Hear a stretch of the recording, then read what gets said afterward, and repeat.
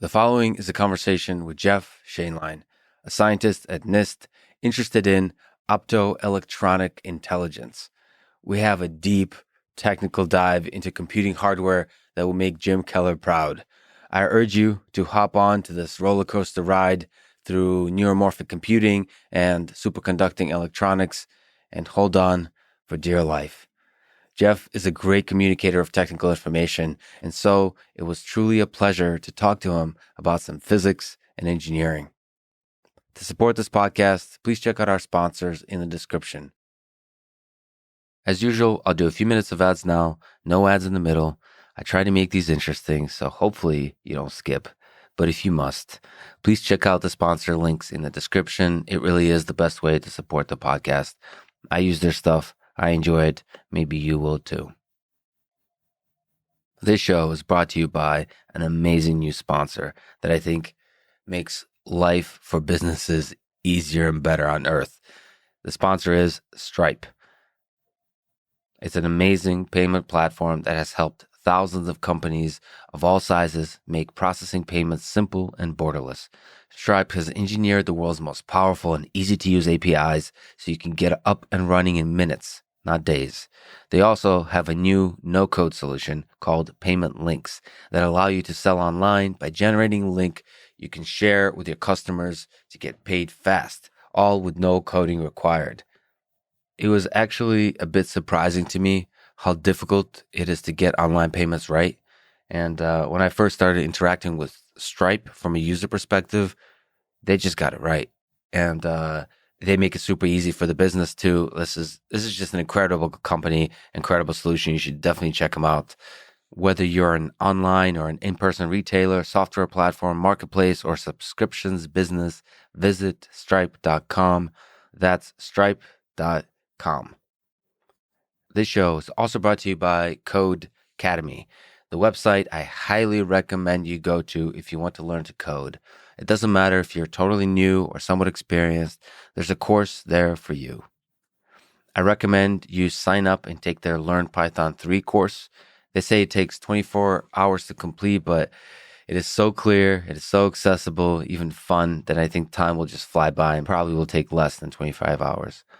It gives you the most important basics, which is what I think a great course that gets you into programming, that gets you into Python should do. I think programming is empowering not just to people who are programmers. I think many disciplines, many jobs are strengthened if you learn how to program. It expands the way you see the world. It expands the set of tools you can use to take on problems in the world. So I definitely recommend you learn to program just to make yourself a deeper thinker and problem solver. Get 15% off your Codecademy Pro membership when you go to codecademy.com and use promo code LEX. That's promo code LEX at codecademy.com to get 50% off Codecademy Pro, the best way to learn to code. Codecademy, spelled Codecademy, promo code LEX. This episode is also brought to you by Linode, Linux Virtual Machines. It's an awesome compute infrastructure that lets you develop, deploy, and scale what applications you build faster and easier. This is both for small personal projects and huge systems. It's lower cost than AWS. It's better than AWS in a lot of other ways too. But more importantly to me is the simplicity and the quality of the customer service with real humans, 24/7, every single day of the year. I can't say enough about the importance of compute infrastructure, making it accessible, usable, making problem solving and debugging super easy, and just making it enjoyable to use. And I think Linode delivers on this. Of course, there's financial benefits, but to me, usability overpowers all of that because the best way to save money is to make a product that's just fun to use, easy to use, efficient to use.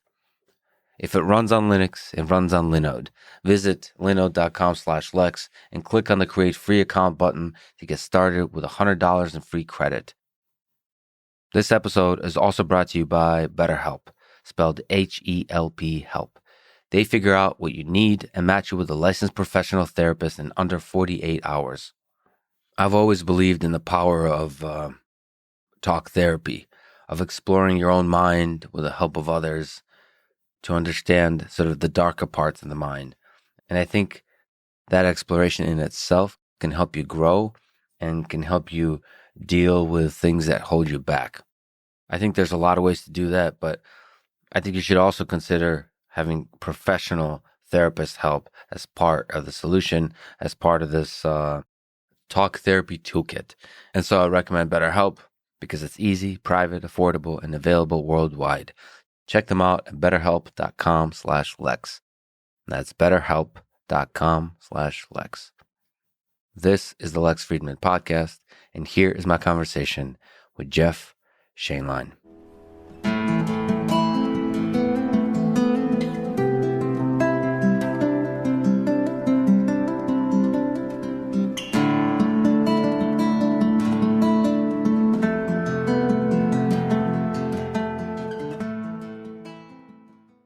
I got a chance to read a fascinating paper you authored called Optoelectronic Intelligence. So maybe we can start by talking about this paper and start with the basic questions. What is optoelectronic intelligence? Yeah, so in that paper, the concept I was trying to describe is sort of an architecture for building brain-inspired computing that leverages light for communication in conjunction with electronic circuits for computation. In that particular paper, a lot of the work we're doing right now in our project at NIST is focused on superconducting electronics for computation. I'll go into why that is, but that might make a little more sense in context if we first describe what that is in contrast to, which is semiconducting electronics. Mm-hmm. So is it worth taking a couple minutes to describe semiconducting electronics? It might even be worthwhile to step back and talk about electricity and circuits and how circuits work before we talk about superconductivity. Right, okay.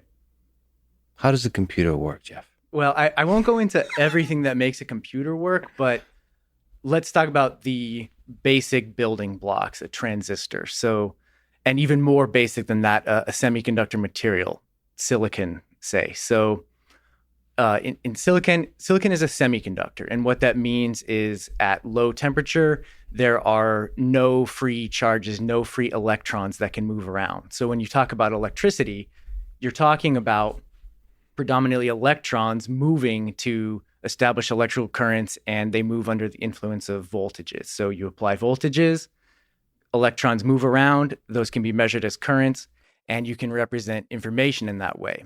So semiconductors are special in the sense that they are really malleable. So if you have a semiconductor material, you can change the number of free electrons that can move around by putting different elements, different atoms in lattice sites. So what is a lattice site? Well, a semiconductor is a crystal, which means all the atoms that comprise the material are at exact locations that are perfectly periodic in space. So if you start at any one atom and you go along what are called the lattice vectors, you get to another atom and another atom and another atom.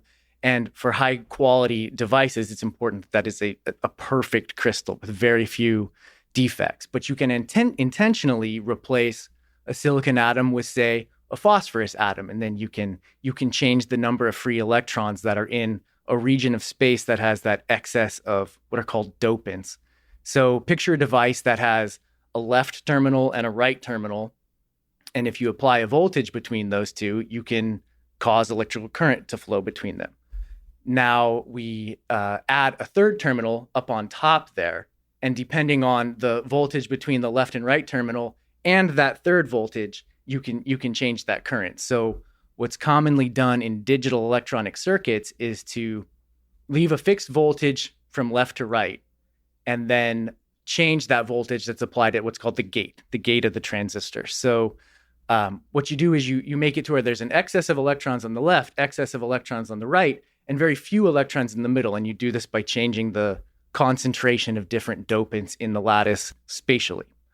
And then when you apply a voltage to that gate, you can either cause current to flow or turn it off. And so that's sort of your 0 and 1. If you apply voltage, current can flow. That current is representing a digital 1. And from that basic element, you can build up all the complexity of digital electronic circuits that have really had a profound influence on our society. Now you're talking about electrons. Can you give a sense of what scale we're talking about when we're talking about in silicon being able to mass manufacture these kinds of gates?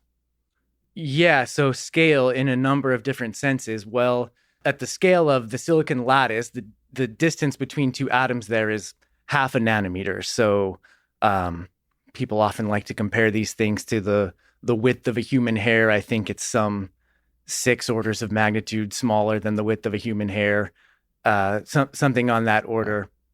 So remarkably small. We're talking about individual atoms here, and electrons are of that length scale when they're in that environment. But there's another sense that scale matters in digital electronics. This is perhaps the more important sense, although they're related.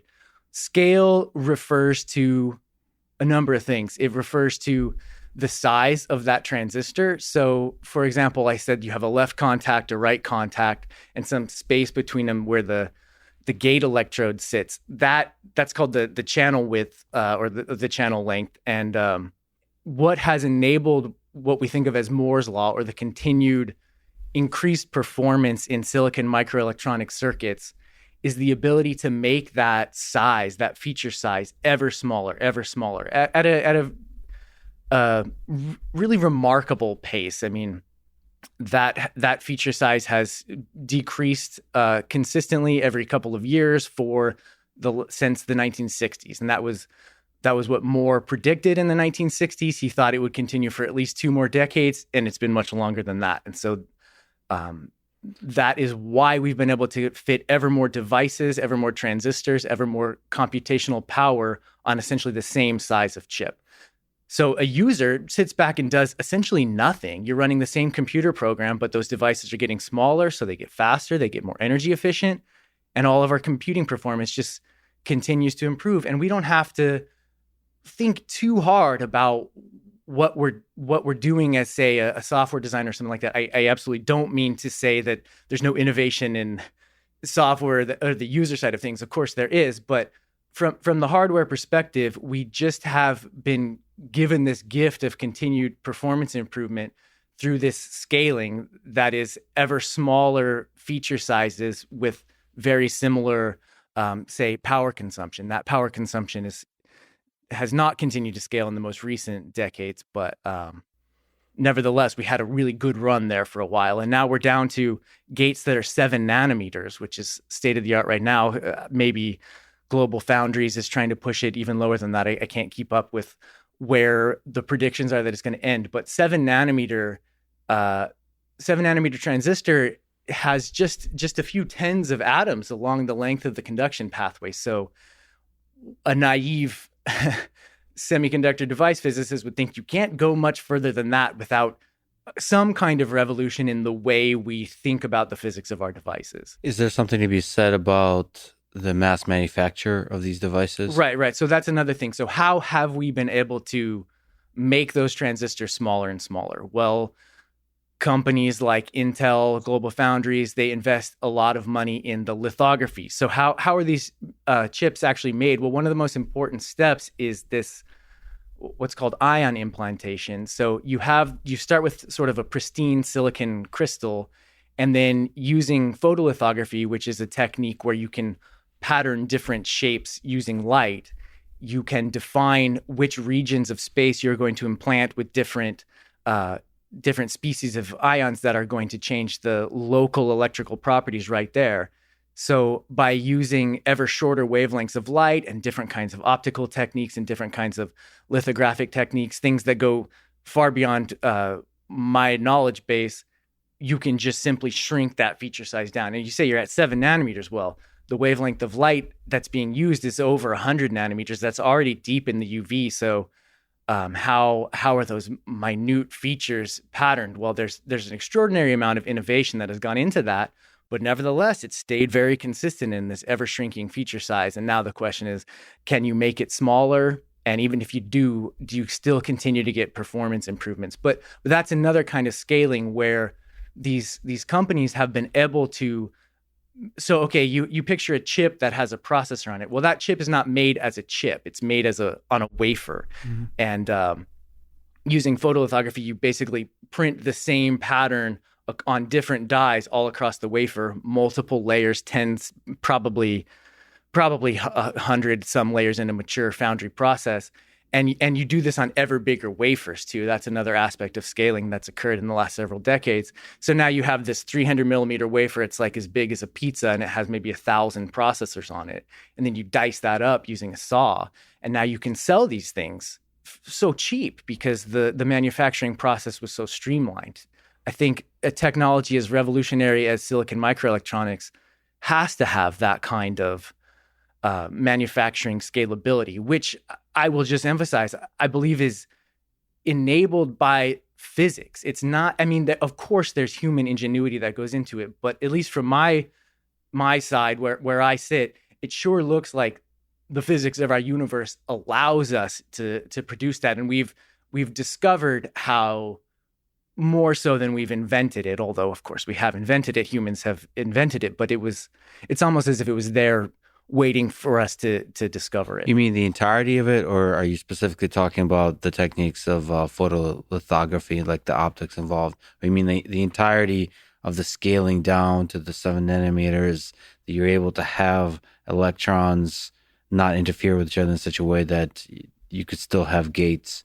Like that's enabled to achieve that scale, spatial and temporal, seems to be very special and is enabled by the physics of our world. All of the things you just said. So starting with the silicon material itself, silicon is a unique semiconductor. It has essentially ideal properties for making a specific kind of transistor that's extraordinarily useful. So I mentioned that silicon has when you make a transistor, you have this gate contact that sits on top of the conduction channel, and depending on the voltage you apply there, you pull more carriers into the conduction channel or push them away so it becomes more or less conductive. In order to have that work without just sucking those carriers right into that contact, you need a very thin insulator. And part of scaling has been to gradually decrease the thickness of that gate insulator so that you can use a roughly similar voltage and still have the same current voltage characteristics. So the material that's used to do that, or I should say was initially used to do that, was silicon dioxide, which just naturally grows on the silicon surface. So you expose silicon to the atmosphere that we breathe, and if you're manufacturing, you're going to purify these gases, but nevertheless, that what's called a native oxide will grow there. There are essentially no other materials on the entire periodic table that have as good of a gate insulator as that silicon dioxide. And that has to do with nothing but the physics of the interaction between silicon and oxygen. And if it wasn't that way, transistors could not perform in nearly the degree of capability that they have. And that has to do with the way that the oxide grows, the reduced density of defects there, its insulation, meaning essentially its energy gaps. You can apply a very large voltage there without having current leak through it. So that's physics right there. There are other things too. Silicon is a semiconductor in an elemental sense. You only need silicon atoms. A lot of other semiconductors, you need two different kinds of atoms, like a compound from group 3 and a compound from group 5. That opens you up to lots of defects that can occur where one atom's not sitting quite at the lattice site it is, and it's switched with another one that degrades performance. But then also on the side that you mentioned with the manufacturing, we have access to light sources that can produce these very short wavelengths of light. How does photolithography occur? Well, you actually put this polymer on top of your wafer and you expose it to light, and then you use aqueous chemical processing to dissolve away the regions that were exposed to light and leave the regions that were not. And we are blessed with these polymers that have the right property where they can cause scission events where the polymer splits where a photon hits. I mean, maybe that's not too surprising, but I don't know. It all comes together to have this really complex manufacturable ecosystem where very sophisticated technologies can be devised, and it works quite well. And amazingly, like you said, with a wavelength at like 100 nanometers or something like that, you're still able to achieve on this polymer precision of whatever we said, 7 nanometers. Yeah. I think I've heard like 4 nanometers being talked about, something like that. Yes. If we could just pause on this, and we'll return to superconductivity, but in this whole journey, from a history perspective, what do you think is the most beautiful at the intersection of engineering and physics to you in this whole process that we talked about with silicon and photolithography, things that people were able to achieve in order to push the Moore's law forward? Is it the early days, the invention of the transistor itself? Is it some particular cool little thing that maybe not many people know about? Like, what do you think is most beautiful in this whole process journey? The most beautiful is a little difficult to answer. Let me try and sidestep it a little bit and just say what strikes me about looking at the history of silicon microelectronics is that so when quantum mechanics was developed, people quickly began applying it to semiconductors, and it was broadly understood that these are fascinating systems and people cared about them for their basic physics, but also their utility as devices. And then the transistor was invented in the late 40s in a relatively crude experimental setup where you just crammed a metal electrode into the semiconductor, and that was ingenious. These people were able to make it work, you know. But so what I want to get to that really strikes me is that in those early days, there were a number of different semiconductors that were being considered. They had different properties, different strengths, different weaknesses. Most people thought germanium was the way to go. It had some nice properties related to things about how the electrons move inside the lattice. But other people thought that compound semiconductors with group 3 and group 5 also had really, really extraordinary properties that might be conducive to making the best devices. So there were different groups exploring each of these, and that's great. That's how science works. You have to cast a broad net.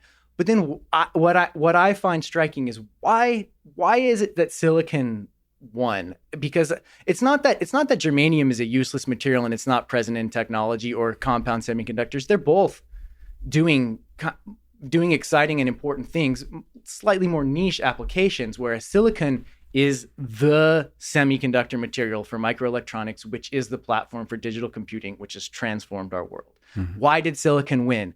It's because of a remarkable assemblage of qualities that no one of them was the clear winner, but it made these sort of compromises between a number of different influences. It had that really excellent gate oxide that allowed us to make MOSFETs, these high performance transistors, so quickly and cheaply and easily without having to do a lot of materials development. The band gap of silicon is actually in a semiconductor. There's an important parameter which is called the band gap, which tells you they're sort of electrons that fill up to one level in the energy diagram, and then there's a gap where electrons aren't allowed to have an energy in a certain range, and then there's another energy level above that. And that difference between the lower sort of filled level and the unoccupied level, that tells you how much voltage you have to apply in order to induce a current to flow. So with germanium, that's about 0.75 electron volts. That means you have to apply 0.75 volts to get a current moving. And it turns out that if you compare that to the thermal excitations that are induced just by the temperature of our environment, that gap's not quite big enough. You start to use it to perform computations, it gets a little hot, and you get all these accidental carriers that are excited into the conduction band, and it causes errors in your computation. Silicon's band gap is just a little higher, 1.1 electron volts, but you have an exponential dependence on the number of carriers that are present that can induce those errors. It decays exponentially with that voltage. So just that slight extra energy in that band gap really puts it in an ideal position to be operated in the conditions of our ambient environment. It's kind of fascinating that, like you mentioned, errors decrease exponentially with the voltage. So it's funny because this error thing comes up, you know, when you start talking about quantum computing. And it's kind of amazing that everything we've been talking about, the errors as we scale down, seems to be extremely low. Yes. And like all of our computation is based on the assumption that it's extremely low. Yes. So it's not digital computation. digital computation. So as opposed to our biological computation, our brain is like the assumption is stuff is going to fail all over the place, and we somehow have to still be robust to that. That's exactly right. So this is going to be the most controversial part of our conversation where you're going to make some enemies. So let me ask, because we've been talking about physics and engineering. Which group of people is smarter and more important for this one? Let me ask the question in a better way. Some of the big innovations, some of the beautiful things that we've been talking about, how much of it is physics? How much of it is engineering? My dad is a physicist, and he talks down to all the amazing engineering that we're doing in the artificial intelligence and the computer science and the robotics and all that space. So we argue about this all the time. So what do you think? Who gets more credit? I'm genuinely not trying to just be politically correct here. I don't see how you would have any of the what we consider sort of the great accomplishments of society without both. You absolutely need both of those things. Physics tends to play a key role earlier in the development, and then engineering, optimization, these things take over. And I mean, the invention of the transistor, or actually even before that, the understanding of semiconductor physics that allowed the invention of the transistor, that's all physics. So if you didn't have that physics, you don't even get on the field. But once you have understood and demonstrated that this is in principle possible, Moore's law is engineering. Why we have computers more powerful than old supercomputers in each of our phones that's all engineering. And I think I would be quite foolish to say that that's not valuable. That's not a great contribution. It's a beautiful dance. Would you put like silicon, the understanding of the material properties in the space of engineering? Like, how does that whole process work to understand that it has all these nice properties, or even the development of photolithography? Is that basically, would you put that in a category of engineering?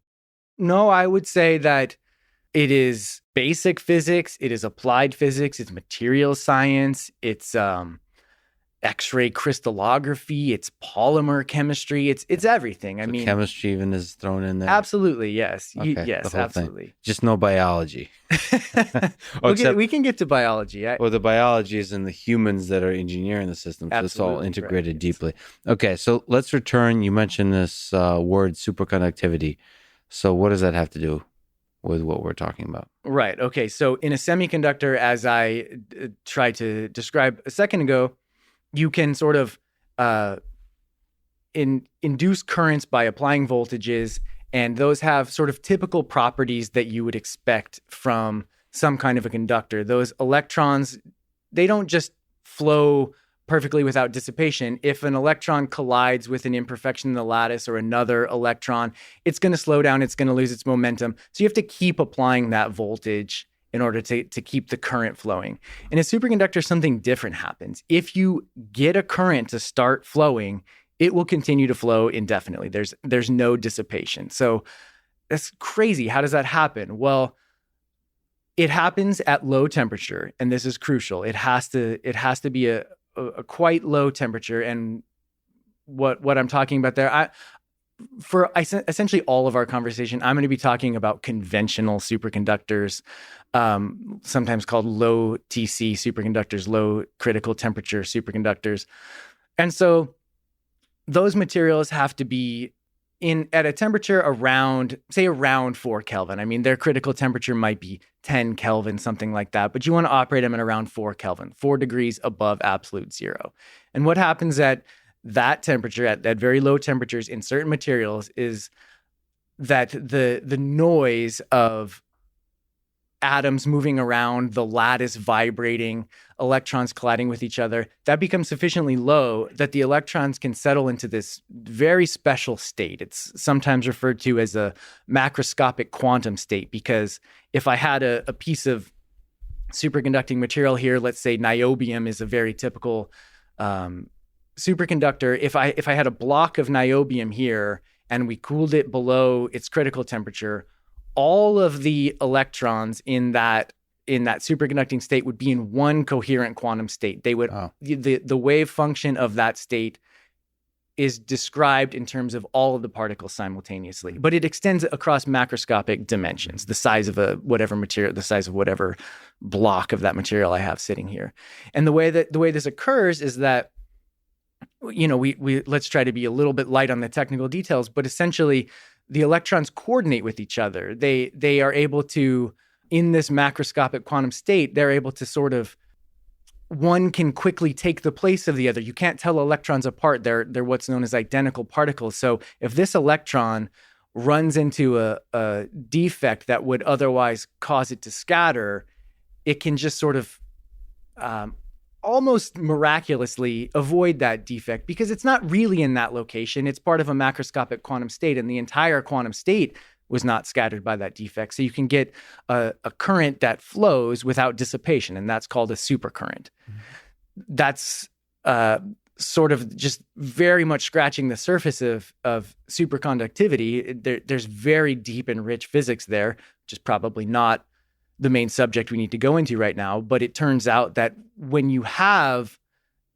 this material, you can do usual things like make wires out of it, so you can get current to flow in a straight line on a chip, but you can also make other devices that perform different kinds of operations. Some of them are kind of logic operations like you'd get in a transistor. The most common or most, I would say, diverse in its utility component is a Josephson junction. It's not analogous to a transistor in the sense that if you apply a voltage here, it changes how much current flows from left to right. But it is analogous in sort of a sense of it's the go-to component that a circuit engineer is going to use to start to build up more complexity. So these junctions serve as gates. They can serve as gates. So I'm not sure how concerned to be with semantics, but let me just briefly say what a Josephson junction is, and we can talk about different ways that they can be used. Basically, if you have a superconducting wire and then a small gap of a different material that's not superconducting, an insulator or normal metal, and then another superconducting wire on the other side, that's a Josephson junction. So it's sometimes referred to as a superconducting weak link. So you have this superconducting state on one side and on the other side, and the superconducting wave function actually tunnels across that gap.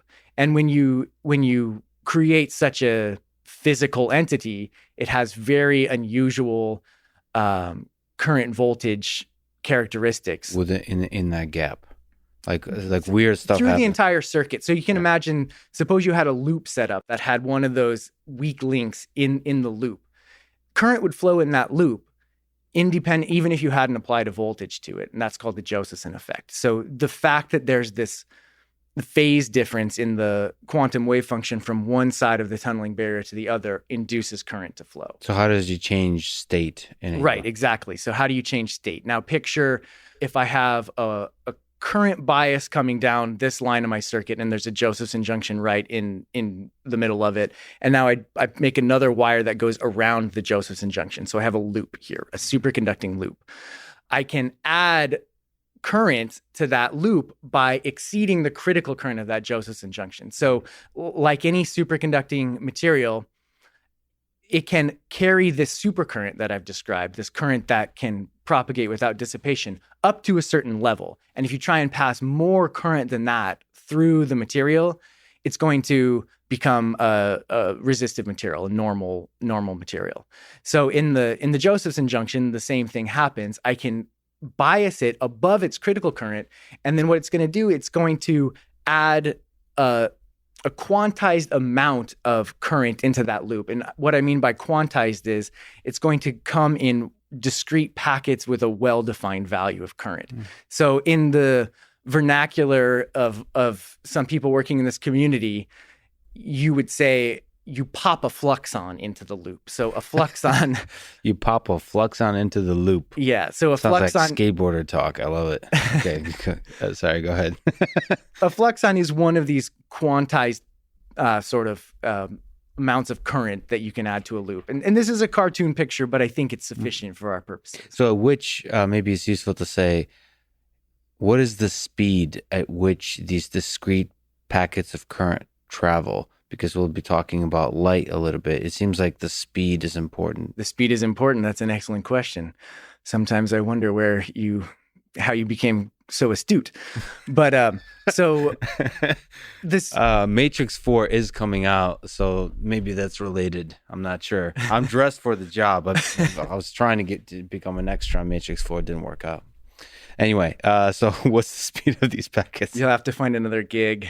I know. I'm sorry. So the speed of the packet is actually these fluxons, these sort of pulses of current that are generated by Josephson junctions. They can actually propagate very close to the speed of light, maybe something like a third of the speed of light. That's quite fast. So one of the reasons why Josephson junctions are appealing is because their signals can propagate quite fast, and they can also switch very fast. What I mean by switch is perform that operation that I described where you add current to the loop. That can happen within a few tens of picoseconds. So you can get devices that operate in the hundreds of gigahertz range, and by comparison, most processors in our conventional computers operate closer to the 1 gigahertz range. Maybe 3 gigahertz seems to be kind of where those speeds have leveled out. So the gamers listening to this are getting really excited that overclock their system to like 4 gigahertz or something. 100 sounds incredible. Can I just, as a tiny tangent, is the physics of this understood well, how to do this stably? Oh, yes. The physics is understood well. The physics of Josephson junctions is understood well. The technology is understood quite well, too. The reasons why it hasn't displaced silicon microelectronics in conventional digital computing, I think, are more related to what I was alluding to before about the myriad practical, almost mundane aspects of silicon that make it so useful. You can make a transistor ever smaller and smaller, and it will still perform its digital function quite well. The same is not true of a Josephson junction. It's not the same thing that there's this feature that you can keep making smaller and smaller and it'll keep performing the same operations. This loop I described, any Josephson circuit, well, I want to be careful. I shouldn't say any Josephson circuit, but many Josephson circuits, the way they process information or the way they perform whatever function it is they're trying to do, maybe it's sensing a weak magnetic field, it depends on an interplay between the junction and that loop. And you can't make that loop much smaller. And it's not for practical reasons that have to do with lithography. It's for fundamental physical reasons about the way the magnetic field interacts with that superconducting material. There are physical limits that no matter how good our technology got, those circuits would never be able to be scaled down to the densities that silicon microelectronics can. I don't know if we mentioned, is there something interesting about the various superconducting materials involved, or is it all? There's a lot of stuff that's interesting. And it's not silicon. It's not silicon. No. So like it's some materials that also require to be super cold. 4 Kelvin and so on. Yes. So let's dissect a couple of those different things. The super cold part, let me just mention for your gamers out there that are trying to clock it at 4 gigahertz and would love to go to 400. What kind of cooling system can achieve 4 Kelvin? 4 Kelvin, you need liquid helium.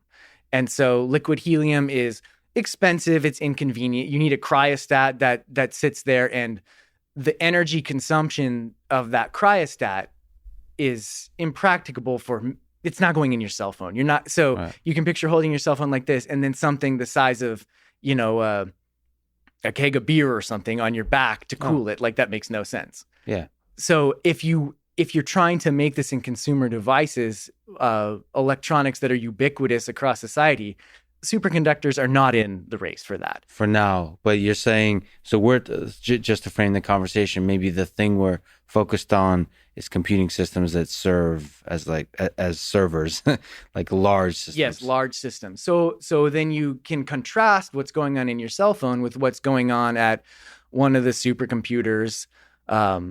Colleague Katie Schumann invited us out to Oak Ridge a few years ago, so we got to see Titan, and that was when they were building Summit. So these are some high performance supercomputers out in Tennessee, And those are filling entire rooms the size of warehouses, you know. So once you're at that level, okay, there you're already putting a lot of power into cooling.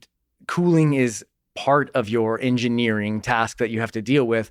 So there it's not entirely obvious that cooling to 4 Kelvin is out of the question. It has not happened yet, and I can speak to why that is in the digital domain if you're interested. Yeah.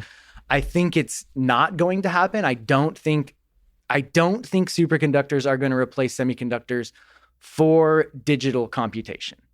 There are a lot of reasons for that, but I think ultimately what it comes down to is, all things considered, cooling, errors, scaling down to feature sizes, all that stuff, semiconductors work better at the system level. Is there some aspect of just curious about the historical momentum of this? Is there some power to the momentum of an industry that's mass manufacturing using a certain material? Is this like a Titanic shifting? Like, what's your sense when a good idea comes along? How good does that idea need to be for the Titanic to start shifting? That's an excellent question. That's an excellent way to frame it. And, you know, I don't know the answer to that, but what I think is, okay, so the history of the superconducting logic goes back to the 70s. IBM made a big push to do superconducting digital computing in the 70s, and they made some choices about their devices and their architectures and things that, in hindsight, were kind of doomed to fail. And I don't mean any disrespect for the people that did it. It was hard to see at the time. But then another generation of superconducting logic was introduced, I want to say the 90s.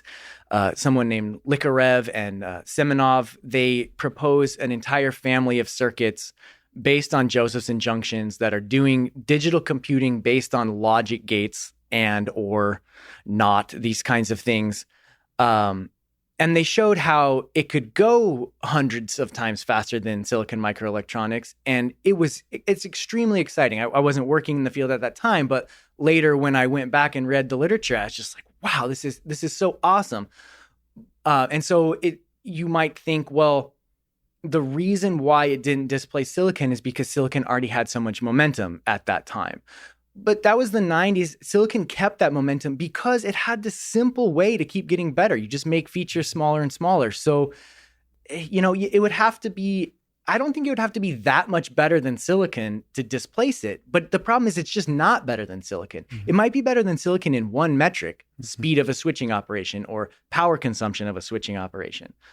But building a digital computer is a lot more than just that elemental operation. It's everything that goes into it, including the manufacturing, including the packaging, including the various materials aspects of things. So the reason why, and even in some of those early papers, I can't remember which one it was, Likarev said something along the lines of, you can see how we could build an entire family of digital electronic circuits based on these components. They could go 100 or more times faster than semiconductor logic gates. But I don't think that's the right way to use superconducting electronic circuits. He didn't say what the right way was, but he basically said digital logic trying to steal the show from silicon is probably not what these circuits are most suited to accomplish. So if we can just linger on, you use the word computation. When you talk about computation, how do you think about it? Do you think purely on just the switching? Or do you think something a little bit larger scale, a circuit taken together, performing the basic arithmetic operations that are then required to do the kind of computation that makes up a computer? Because when we talk about the speed of computation, is it boiled down to the basic switching, or is there some bigger picture that you're thinking about? Well, all right. So maybe we should disambiguate. There are a variety of different kinds of computation. I don't pretend to be an expert in the theory of computation or anything like that. I guess it's important to differentiate, though, between digital logic, which represents information as a series of bits, binary digits, which, you can think of them as zeros and ones or whatever. Usually they correspond to a physical system that has two very well separated states. And then other kinds of computation, like we'll get into more the way your brain works, which it is, I think, indisputably processing information but where the computation begins and ends is not anywhere near as well defined. It doesn't depend on these two levels. Here's a 0, here's a 1. There's a lot of gray area that's usually referred to as analog computing. Also, in conventional digital computers or digital computers in general, you have a concept of what's called arithmetic depth, which is jargon that basically means how many sequential operations are performed to turn an input into an output. And those kinds of computations in digital systems are highly serial, meaning that data streams, they don't branch off too far to the side. You have to pull some information over there and access memory from here and stuff like that. But by and large, the computation proceeds in a serial manner. It's not that way in the brain. In the brain, you're always drawing information from different places. It's much more network-based computing. Neurons don't wait for their turn. They fire when they're ready to fire. And so it's asynchronous. So one of the other things about a digital system is you're performing these operations on a clock. And that's a crucial aspect of it. Get rid of a clock in a digital system, nothing makes sense anymore. The brain has no clock. It builds its own timescales based on its internal activity. So you can think of the brain as kind of like this, like network computation, where it's actually really trivial, simple computers, just a huge number of them, and they're networked. I would together. say it is complex, sophisticated little processors, and there's a huge number of them. Neurons are not. No not offense. simple. I don't mean to offend neurons. They're very complicated and beautiful, and but we often oversimplify them. Yes, they're actually like there's computation happening within a neuron. Right. So I would say to think of a transistor as the building block of a digital computer is accurate. You use a few transistors to make your logic gates. You build up processors from logic gates and things like that. So you can think of a transistor as a fundamental building block, or you can think of, as we get into more highly parallelized architectures, you can think of a processor as a fundamental building block. To make the analogy to the neuro side of things, a neuron is not a transistor. A neuron is a processor. Yeah. It has synapses. Even synapses are not transistors, but they are more, they're lower on the information processing hierarchy in a sense. They do a bulk of the computation, but neurons are entire processors in and of themselves that can take in many different kinds of inputs on many different spatial and temporal scales and produce many different kinds of outputs so that they can perform different computations in different contexts. So this is where enters this distinction between computation and communication. So you can think of neuron as performing computation, and the networking, the interconnectivity of neurons is communication between neurons. And you see this with very large server systems. I mentioned offline, I've been talking to Jim Keller, whose dreams to build giant computers that, the bottleneck there is often the communication between the different pieces of the computing. So in this paper that we mentioned, Optoelectronic Intelligence, you say electrons excel at computation while light is excellent for communication. Maybe you can linger and say, in this context, what do you mean by computation and communication? What are electrons? What is light? And why do they excel at those two tasks? Yeah.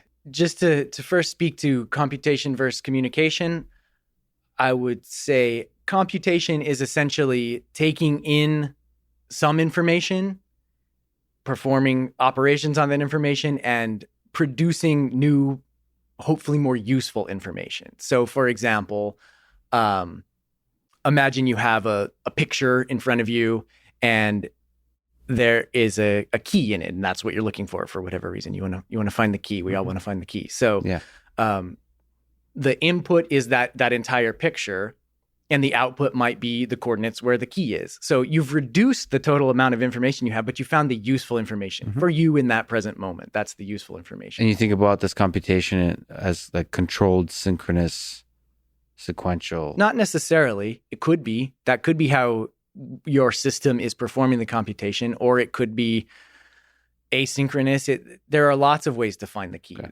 It depends on the nature of the data. It depends on that's a very simplified example, a picture with a key in it. What about if you're in the world and you're trying to decide the best way to live your life? That it might be interactive. There might be some recurrence or some weird asynchrony. I got it. So, but there's an input and there's an output, and you do some stuff in the middle that it goes from the input to the output. You've taken in information and output different information, hopefully reducing the total amount of information and extracting what's useful. Yeah. Communication is then getting that information from the location at which it's stored, because information is physical, as Landauer emphasized. And so it is in one place, and you need to get that information to another place so that something else can use it for whatever computation it's working on. Maybe it's part of the same network and you're all trying to solve the same problem, but neuron A over here just deduced something based on its inputs, and it's now sending that information across the network to another location. So that would be the act of communication. Can you linger on Landau and saying information is physical? Rolf Landauer, not to be confused with Lev Landau. Yeah, and he made huge contributions to our understanding of the reversibility of information and this concept that energy has to be dissipated in computing when the computation is irreversible. But if you can manage to make it reversible, then you don't need to expend energy. But if you do expend energy to perform a computation, there's sort of a minimal amount that you have to do, and it's KT log 2. And it's all somehow related to the second law of thermodynamics, and that the universe is an information process, and then we're living in a simulation. So, okay, sorry for that tangent. So so that's the defining the distinction between computation and communication. Let me say one more thing just to clarify. Communication ideally does not change the information. It moves it from one place to another, but it is preserved. Got it. Okay. All right. That's beautiful. So then the electron versus light distinction, and why are electrons good at computation and light good at communication? Yes. This is, there's a lot that goes into it, I guess, but just try to speak to the simplest part of it. Electrons interact strongly with one another. They're charged particles. So if I pile a bunch of them over here, they're feeling a certain amount of force, and they want to move somewhere else. They're strongly interactive. You can also get them to sit still. An electron has a mass, so you can cause it to be spatially localized.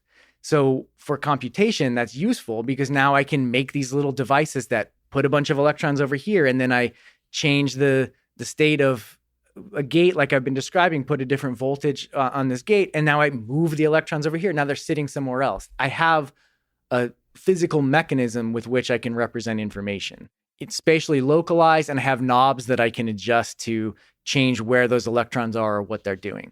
Light, by contrast, photons of light, which are the discrete packets of energy that were identified by Einstein, they do not interact with each other.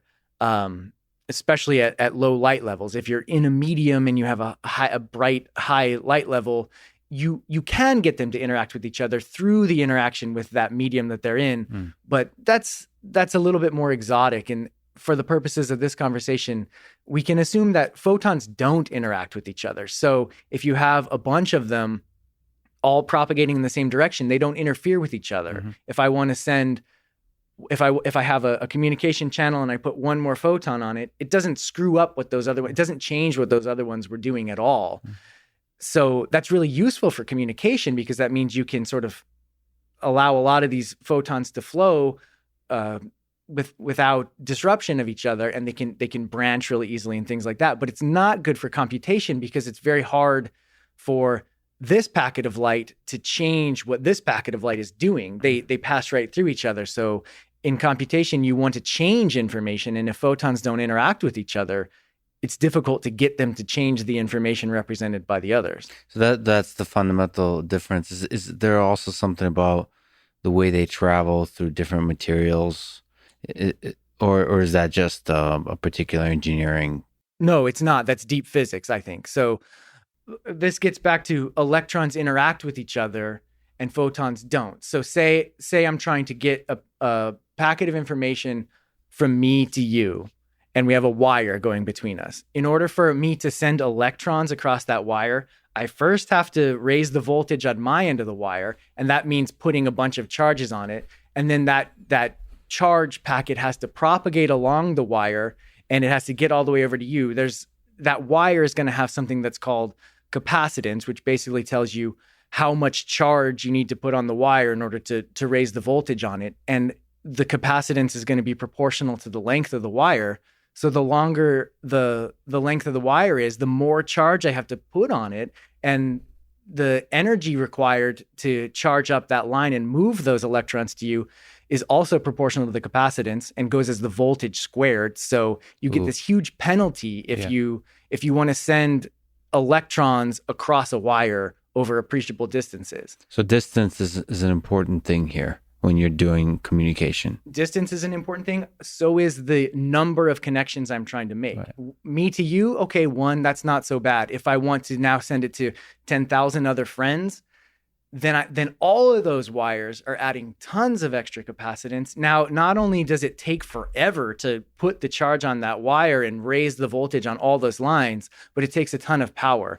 And the number 10,000 is not randomly chosen. That's roughly how many connections each neuron in your brain makes. So a neuron in your brain needs to send 10,000 messages every time it has something to say. You can't do that if you're trying to drive electrons from here to 10,000 different places. The brain does it in a slightly different way, which we can discuss. How can light achieve the 10,000 connections, and why is it better in terms of like the energy use required to use light for the communication of the 10,000 connections? Right. So now, instead of trying to send electrons from me to you, I'm trying to send photons. So I can make what's called a waveguide, which is just a simple piece of a material. It could be glass, like an optical fiber, or silicon on a chip. And I just have to inject photons into that waveguide, and independent of how long it is, independent of how many different connections I'm making, it doesn't change the voltage or anything like that I have to raise up on the wire. So if I have one more connection, if I add additional connections, I need to add more light to the waveguide because those photons need to split and go to different paths. That makes sense, but I don't have a capacitive penalty.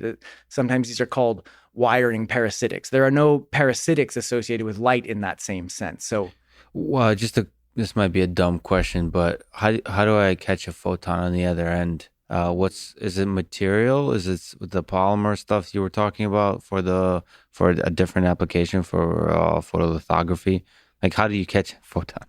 There's a lot of ways to catch a photon. It's not a dumb question. It's a deep and important question that basically defines a lot of the work that goes on in our group at NIST. One of my group leaders, Seiwu Nam, has built his career around these superconducting single photon detectors. So if you're going to try to sort of reach a lower limit and detect just one particle of light, superconductors come back into our conversation. And just picture a simple device where you have current flowing through a superconducting wire and a loop again, or no?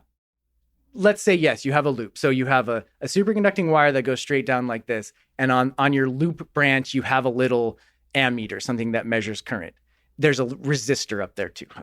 Go with me here. So you're current biasing this. So there's current flowing through that superconducting branch. Since there's a resistor over here, all the current goes through the superconducting branch. Now a photon comes in, strikes that superconductor. We talked about this superconducting macroscopic quantum state. That's going to be destroyed by the energy of that photon. So now that branch of the circuit is resistive too. And you've properly designed your circuit so that the resistance on that superconducting branch is much greater than the other resistance. Now all of your current's going to go that way. Your ammeter says, oh, I just got a pulse of current. That must mean I detected a photon. Then where you broke that superconductivity in a matter of a few nanoseconds, it cools back off, dissipates that energy, and the current flows back through that superconducting branch. This is a very powerful superconducting device that allows us to understand quantum states of light. I didn't realize a loop like that can be sensitive to a single photon. I mean, that seems strange to me because, I mean, so what happens when you just barrage it with photons? If you put a bunch of photons in there, essentially the same thing happens. You just drive it into the normal state. It becomes resistive. and it's not particularly interesting. So you have to be careful how many photons you send. Like you have to be very precise with your communication. Well, it depends. So I would say that that's actually in the application that we're trying to use these detectors for. That's a feature, because what we want is for if a neuron sends one photon to a synaptic connection, and one of these superconducting detectors is sitting there, you get this pulse of current, and that synapse says event. Then I'm going to do what I do when there's a synapse event. I'm going to perform computations, that kind of thing. But if accidentally you send 2 there or 3 or 5, it does the exact same thing. Got it. And so this is how in the system that we're devising here, communication is entirely binary. And that's what I tried to emphasize a second ago. Communication should not change the information. You're not saying, oh, I got this kind of communication event, 4 photons. No, we're not keeping track of that. This neuron fired, this synapse says that neuron fired. That's it. So that's a noise filtering property of those detectors. However, there are other applications where you'd rather know the exact number of photons. That can be very useful in quantum computing with light. And our group does a lot of work around another kind of superconducting sensor called a transition edge sensor that Adriana Lida in our group does a lot of work on that. And that can tell you, based on the amplitude of the current pulse you divert, exactly how many photons were in that pulse. So what's that useful for? Just one way that you can encode information in quantum states of light is in the number of photons. You can have what are called number states, and a number state will have a well-defined number of photons, and maybe the output of your quantum computation encodes its information in the number of photons that are generated. So if you have a detector that is sensitive to that, it's extremely useful. Can you achieve like a clock with photons, or is that not important? Is there asynchronicity here? In general, it can be important. Clock distribution is a big challenge in especially large computational systems. And so, yes, optical clock distribution is a very powerful technology. I don't know the state of that field right now, but I imagine that if you're trying to distribute a clock across any appreciable size computational system, you want to use light. Yeah, I wonder how these giant systems work, especially like supercomputers. Do they need to do clock distribution, or Yes. are they doing more ad hoc, parallel, like concurrent programming? Like there's some kind of locking mechanisms or something? That's a fascinating question. But let's zoom in at this very particular question of computation on a processor and communication between processors. So what does this system look like that you're envisioning? One of the places you're envisioning it is in the paper on optoelectronic intelligence. So what are we talking about? Are we talking about something that starts to look a lot like the human brain, or does it still look a lot like a computer? What are the size of this thing? Is it go inside a smartphone, or as you said, does it go inside something that's more like a house? Like, what should we be imagining? What are you thinking about when you're thinking about these fundamental systems? Let me introduce the word neuromorphic. There's this concept of neuromorphic computing where what that broadly refers to is computing based on the information processing principles of the brain. Mm-hmm. And as digital computing seems to be pushing towards some fundamental performance limits, people are considering architectural advances, drawing inspiration from the brain, more distributed parallel network kind of architectures and stuff. And so there's this continuum of neuromorphic from things that are pretty similar to digital computers, but maybe there are more cores and the way they send messages is a little bit more like the way brain neurons send spikes. But for the most part, it's still digital electronics. And then, you have some things in between where maybe you're using transistors, but now you're starting to use them instead of in a digital way, in an analog way. And so you're trying to get those circuits to behave more like neurons. Mm-hmm. And then that's a little bit, quite a bit more on the neuromorphic side of things. You're trying to get your circuits, although they're still based on silicon, you're trying to get them to perform operations that are highly analogous to the operations in the brain. And that's where a great deal of work is in neuromorphic computing. People like Giacomo Indavari and Gert Kauenbergs, Jennifer Hasler, countless others. It's a rich and exciting field, going back to Carver-Mead in the late 1980s. And then all the way on the other extreme of the continuum is where you say, I'll give up anything related to transistors or semiconductors or anything like that. I'm not starting with the assumption that I'm going to use any kind of conventional computing hardware. And instead, what I want to do is try and understand what makes the brain powerful at the kind of information processing it does.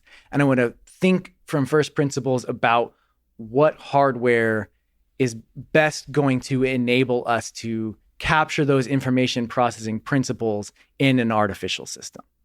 And that's where I live. That's where I'm doing my exploration these days.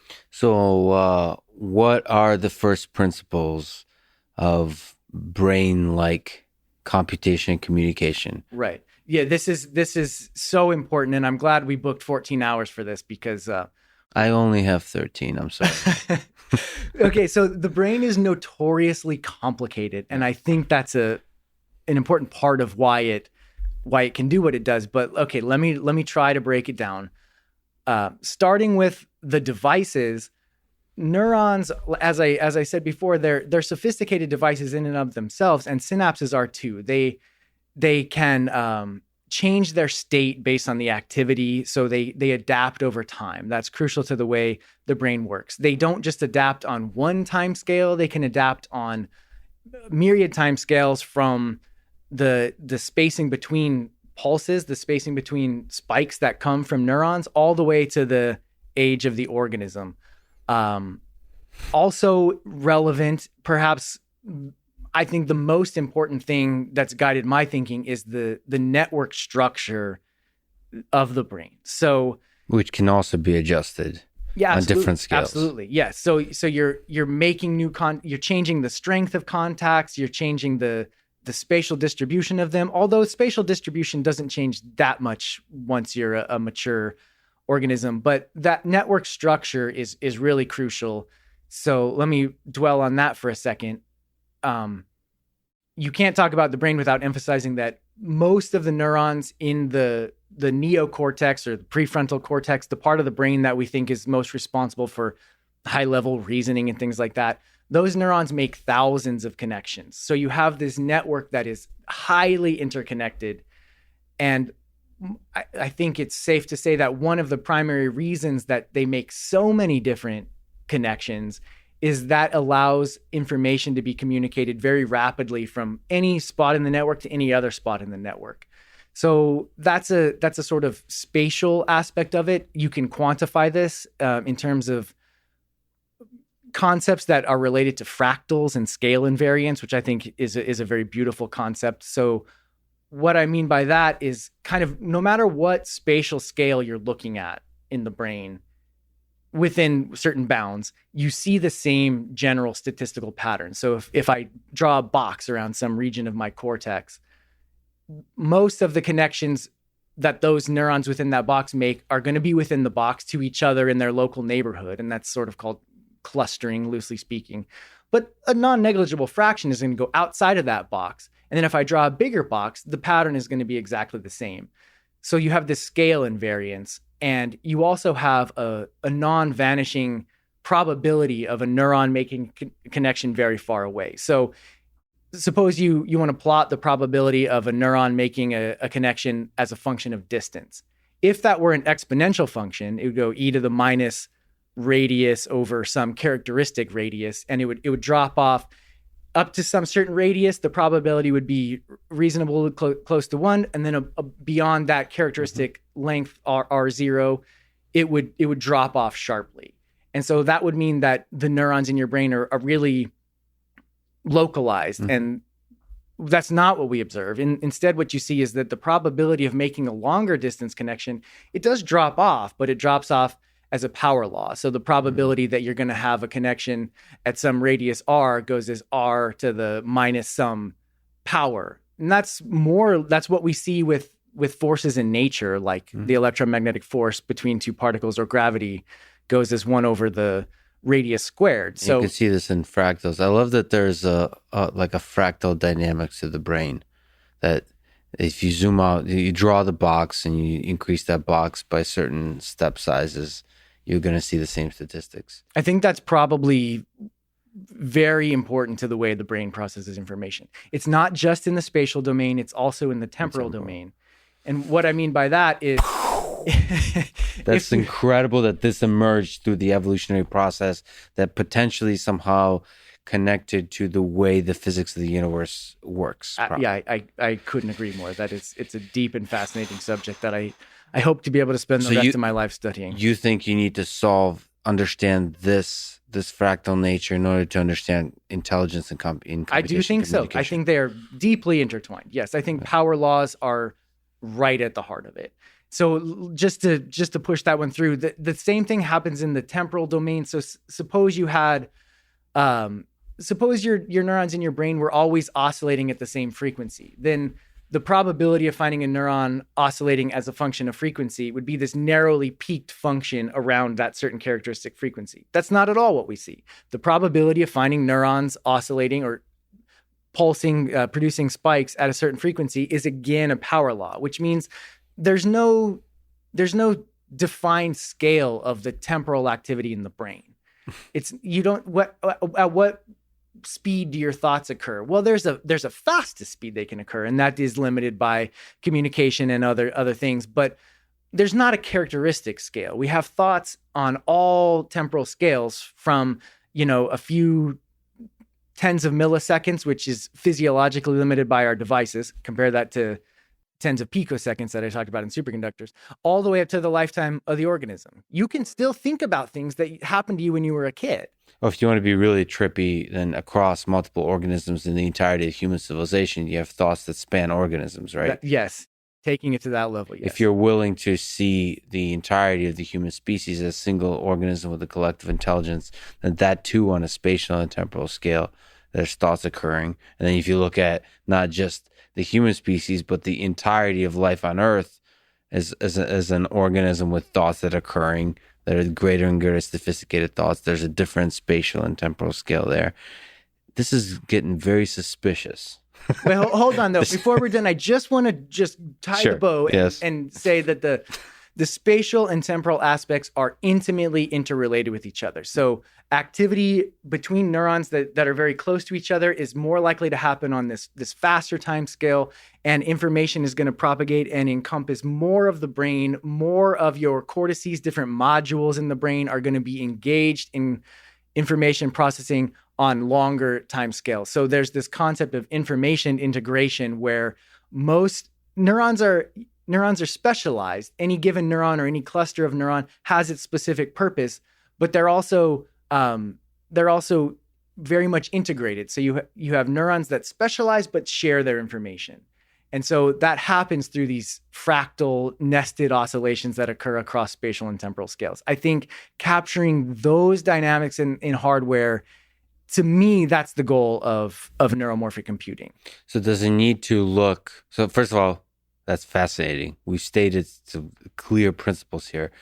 Now, does it have to look like the brain outside of those principles as well? Like, what other characteristics have to look like the human brain? Or can it be something very different?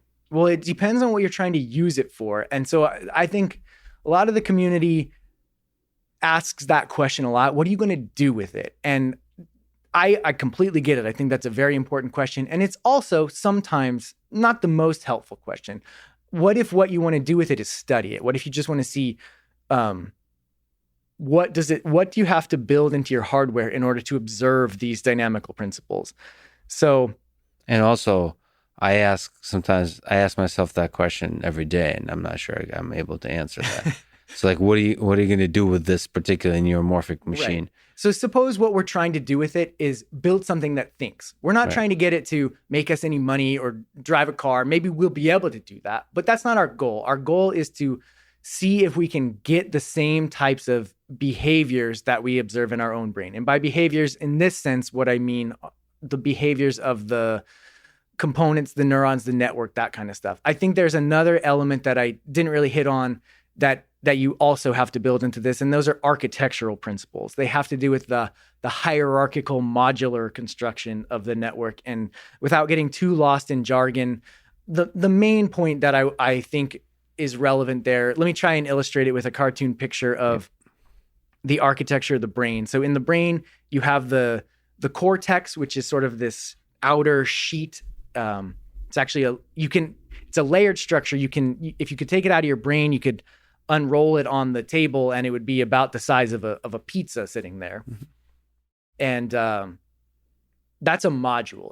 It does certain things. It processes, as Yorgi Buzaki would say, it processes the what of what's going on around you. But you have another really crucial module that's called the hippocampus.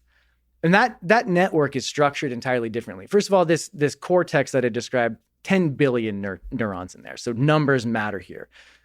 And they're organized in that sort of power law distribution where the probability of making a connection drops off as a power law in space. The hippocampus is another module that's important for understanding where you are, when you are, keeping track of your position in space and time. And that network is very much random. So the probability of making a connection, it almost doesn't even drop off as a function of distance. It's the same probability that you'll make it here to over there.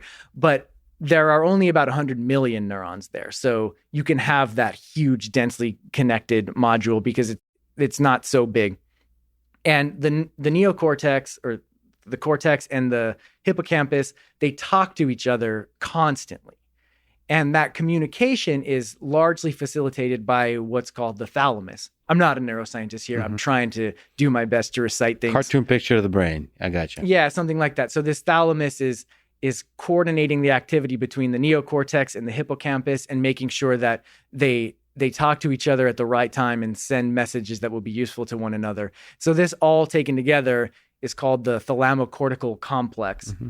And it seems like building something like that is going to be crucial to capturing the types of activity we're looking for, because those responsibilities, those separate modules, they do different things. That's got to be central to achieving these states of efficient information integration across space and time. By the way, I am able to achieve this state by watching simulations, visualizations of the thalamocortical complex. There's a few people, I forget from where, they've created these incredible visual illustrations of like visual stimulation from the eye or something like that. This image like flowing through the brain. Wow, I haven't seen that. I got to check that out. So it's one of those things, you find this stuff in the world, and you see like on YouTube, it has like 1,000 views. These visualizations of the human brain processing information, and like, because there's chemistry there, like because this is from actual human brains. I don't know how they're doing the coloring, but they're able to actually trace the like different the chemical and the electrical signals throughout the brain, and the visual thing is like, whoa, because it looks kind of like the universe. I mean, the whole thing is just incredible. I recommend it highly. I'll probably post a link to it. But you can just look for one of the things they simulate is the thalamocortical complex, and just visualization. You can find that yourself on YouTube, but it's beautiful. The other question I have for you is, how does memory play into all of this? Because all the signal sending back and forth, that's kind of like that's computation and communication, but that's kind of like processing of inputs and outputs to produce outputs in the system. That's kind of like maybe reasoning, maybe there's some kind of recurrence, but like, is there a storage mechanism that you think about in the context of neuromorphic computing? Yeah, absolutely. So that's got to be central. You have to have a way that you can store memories, and there are a lot of different kinds of memory in the brain. That's yet another example of how it's not a simple system. So there's one kind of memory, one way of talking about memory, usually starts in the context of Hopfield networks. You were lucky to talk to John Hopfield on this program, but the basic idea there is working memory is stored in the dynamical patterns of activity between neurons, and you can think of a certain pattern of activity as an attractor, meaning if you put in some signal that's similar enough to other previously experienced signals like that, then you're going to converge to the same network dynamics, and you will see these neurons participate in the same network patterns of activity that they have in the past. So you can talk about the probability that different inputs will allow you to converge to different basins of attraction, and you might think of that as, oh, I saw this face and then I excited this network pattern of activity because last time I saw that face, I was at, some movie, and that's a famous person that's on the screen or something like that. So that's one memory storage mechanism. But crucial to the ability to imprint those memories in your brain is the ability to change the strength of connection between one neuron and another, that synaptic connection between them. So synaptic weight update is a massive field of neuroscience and neuromorphic computing as well. So there are two poles to that on that spectrum. More in the language of machine learning, we would talk about supervised and unsupervised learning. When I'm trying to tie that down to neuromorphic computing, I will use a definition of supervised learning, which basically means the external user, the person who's controlling this hardware, has some knob that they can tune to change each of the synaptic weights depending on whether or not the network's doing what you want it to do. Whereas what I mean in this conversation when I say unsupervised learning is that those synaptic weights are dynamically changing in your network based on nothing that the user is doing, there's no wire from the outside going into any of those synapses. The network itself is reconfiguring those synaptic weights based on physical properties that you've built into the devices. So if the synapse receives a pulse from here and that causes the neuron to spike, some circuit built in there with no help from me or anybody else adjust the weight in a way that makes it more likely to store the useful information and excite the useful network patterns, and makes it less likely that random noise, useless communication events will have an important effect on the network activity. So there's memory encoded in the weights, the synaptic weights. Yes. What about the formation of something that's not often done in machine learning, the formation of new synaptic connections? Right. Well, that seems to, so again, not a neuroscientist here, but my reading of the literature is that that's particularly crucial in early stages of brain development, where a newborn is born with tons of extra synaptic connections, and it's actually pruned over time. So the number of synapses decreases as opposed to growing new long distance connections. It is possible in the brain to grow new neurons and assign new synaptic connections, but it doesn't seem to be the primary mechanism by which the brain is learning. So for example, like right now, sitting here talking to you, you say lots of interesting things, and I learn what I learned from you, and I can remember things that you just said. And I didn't grow new axonal connections down to new synapses to enable those. It's plasticity mechanisms in the synaptic connections between neurons that enable me to learn on that time scale. So at the very least, that you can sufficiently approximate that with just weight updates. You don't need to form new connections. I would say weight updates are a big part of it. I also think there's more because, broadly speaking, when we're doing machine learning, our networks, say we're talking about feed-forward deep neural networks, the temporal domain is not really part of it. Okay, you're going to put in an image and you're going to get out a classification, and you're going to do that as fast as possible. So you care about time, but time is not part of the essence of this thing, really. Whereas in spiking neural networks, what we see in the brain, time is as crucial as space, and they're intimately intertwined, as I've tried to say. And so adaptation on different timescales is important, not just in memory formation, although it plays a key role there, but also in just keeping the activity in a useful dynamic range.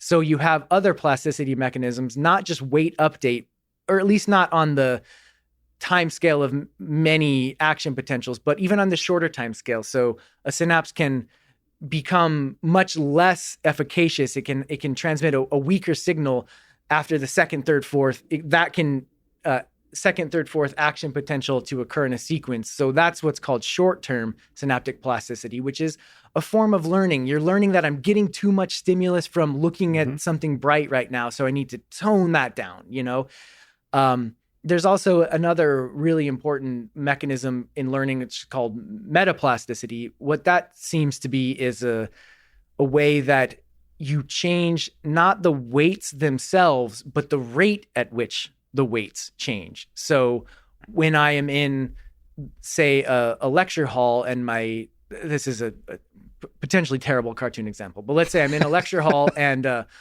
it's time to learn, right? So my brain will release more, perhaps dopamine or some neuromodulator that's going to change the rate at which synaptic plasticity occurs. So that can make me more sensitive to learning at certain times, more sensitive to overriding previous information, and less sensitive at other times.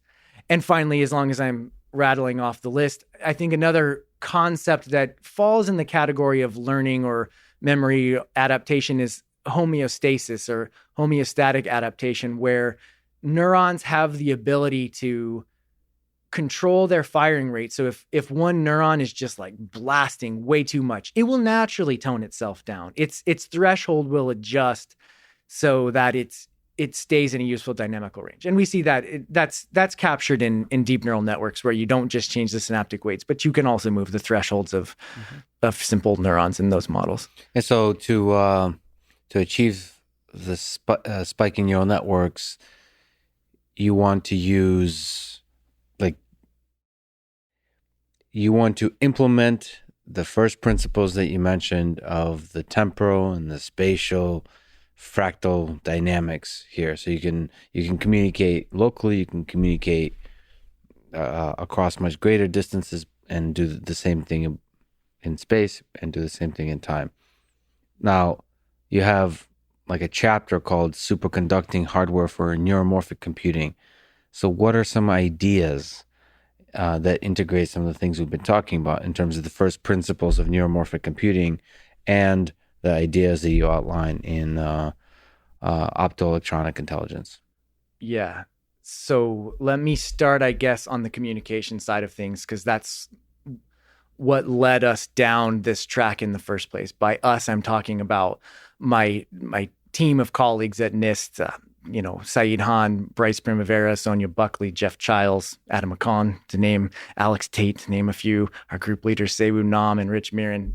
We've all contributed to this. So this is not me saying necessarily just the things that I've proposed, but sort of where our team's thinking has evolved over the years. Can I quickly ask, what is NIST and where is this amazing group of people located? NIST is the National Institute of Standards and Technology. The larger facility is out in Gaithersburg, Maryland. Our team is located in Boulder, Colorado.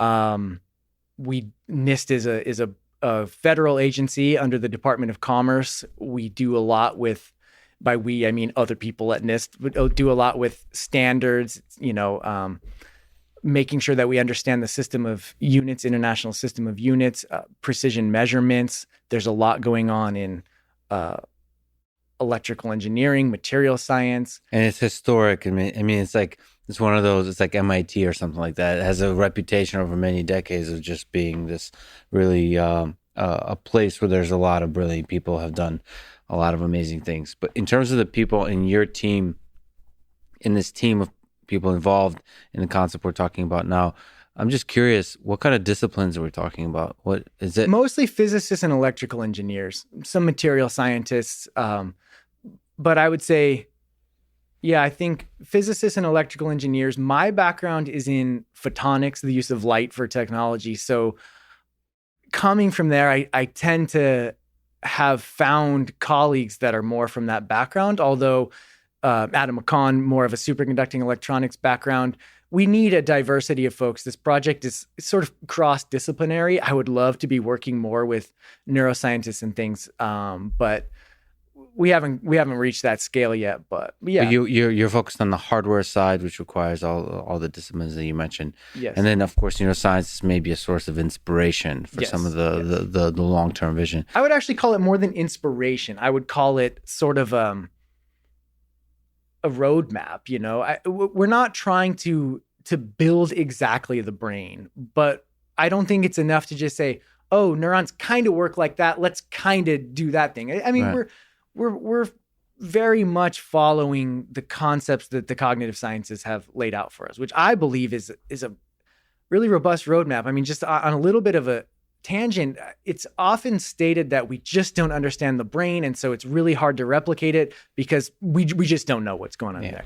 And maybe 5 or 7 years ago, I would have said that, but as I got more interested in the subject, I had read more of the neuroscience literature, and I was just taken by the exact opposite sense. I can't believe how much they know about this. I can't believe how mathematically rigorous and sort of theoretically complete a lot of the concepts are. That's not to say we understand consciousness or we understand the self or anything like that, but what is the brain doing and why is it doing those things?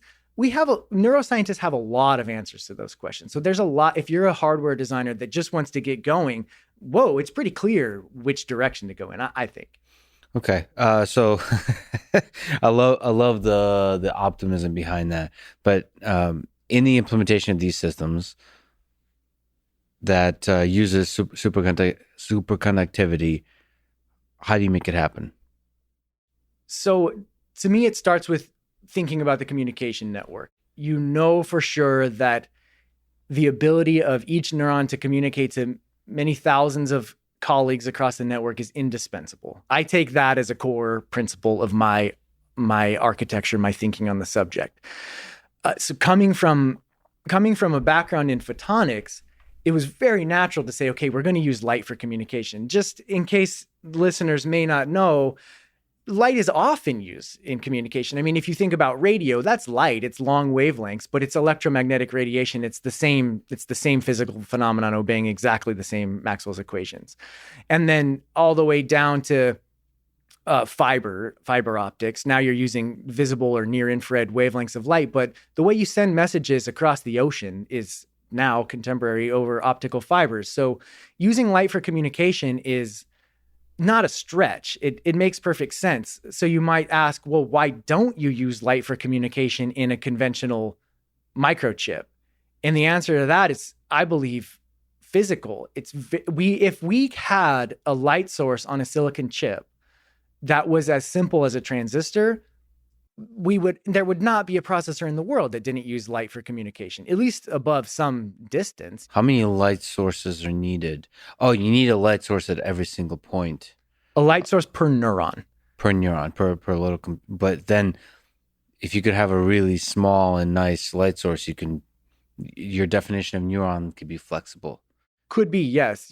Sometimes it's helpful to me to say, in this hardware, a neuron is that entity which has a light source. And I can. And then there was light. I can explain more about that, but somehow this like rhymes with consciousness, because the people will often say the light of consciousness. So that consciousness is that which is conscious. I got it. That's not my quote. That's me. That's my quote. See, that quote comes from my background. Yours is in optics, mine in light, mine's in darkness. So go ahead. The point I was making there is that if it was easy to manufacture light sources along with transistors on a silicon chip, they would be everywhere. Yeah. And it's not easy. People have been trying for decades, and it's actually extremely difficult. I think an important part of our research is dwelling right at that spot there. So is it physics or engineering? It's physics. So it's physics, I think. So what I mean by that is, as we discussed, silicon is the material of choice for transistors, and it's very difficult to imagine that that's going to change anytime soon. Silicon is notoriously bad at emitting light, and that has to do with the immutable properties of silicon itself, the way that the energy bands are structured in silicon. You're never going to make silicon efficient as a light source at room temperature without doing very exotic things that degrade its ability to interface nicely with those transistors in the first place. So that's like one of these things where why is nature dealing us that blow? You give us these beautiful transistors and you give us all the motivation to use light for communication, but then you don't give us a light source. So, well, okay, you do give us a light source, compound semiconductors, like we talked about back at the beginning. An element from group 3 and an element from group 5 form an alloy where every other lattice site switches which element it is. Those have much better properties for generating light. You put electrons in, light comes out. Almost 100% of the electron hole, it can be made efficient. Okay. I'll take your word for it. Okay. Excellent. However, I say it's physics, not engineering, because it's very difficult to get those compound semiconductor light sources situated with your silicon. In order to do that ion implantation that I talked about at the beginning, high temperatures are required. So you got to make all of your transistors first and then put the compound semiconductors on top of there.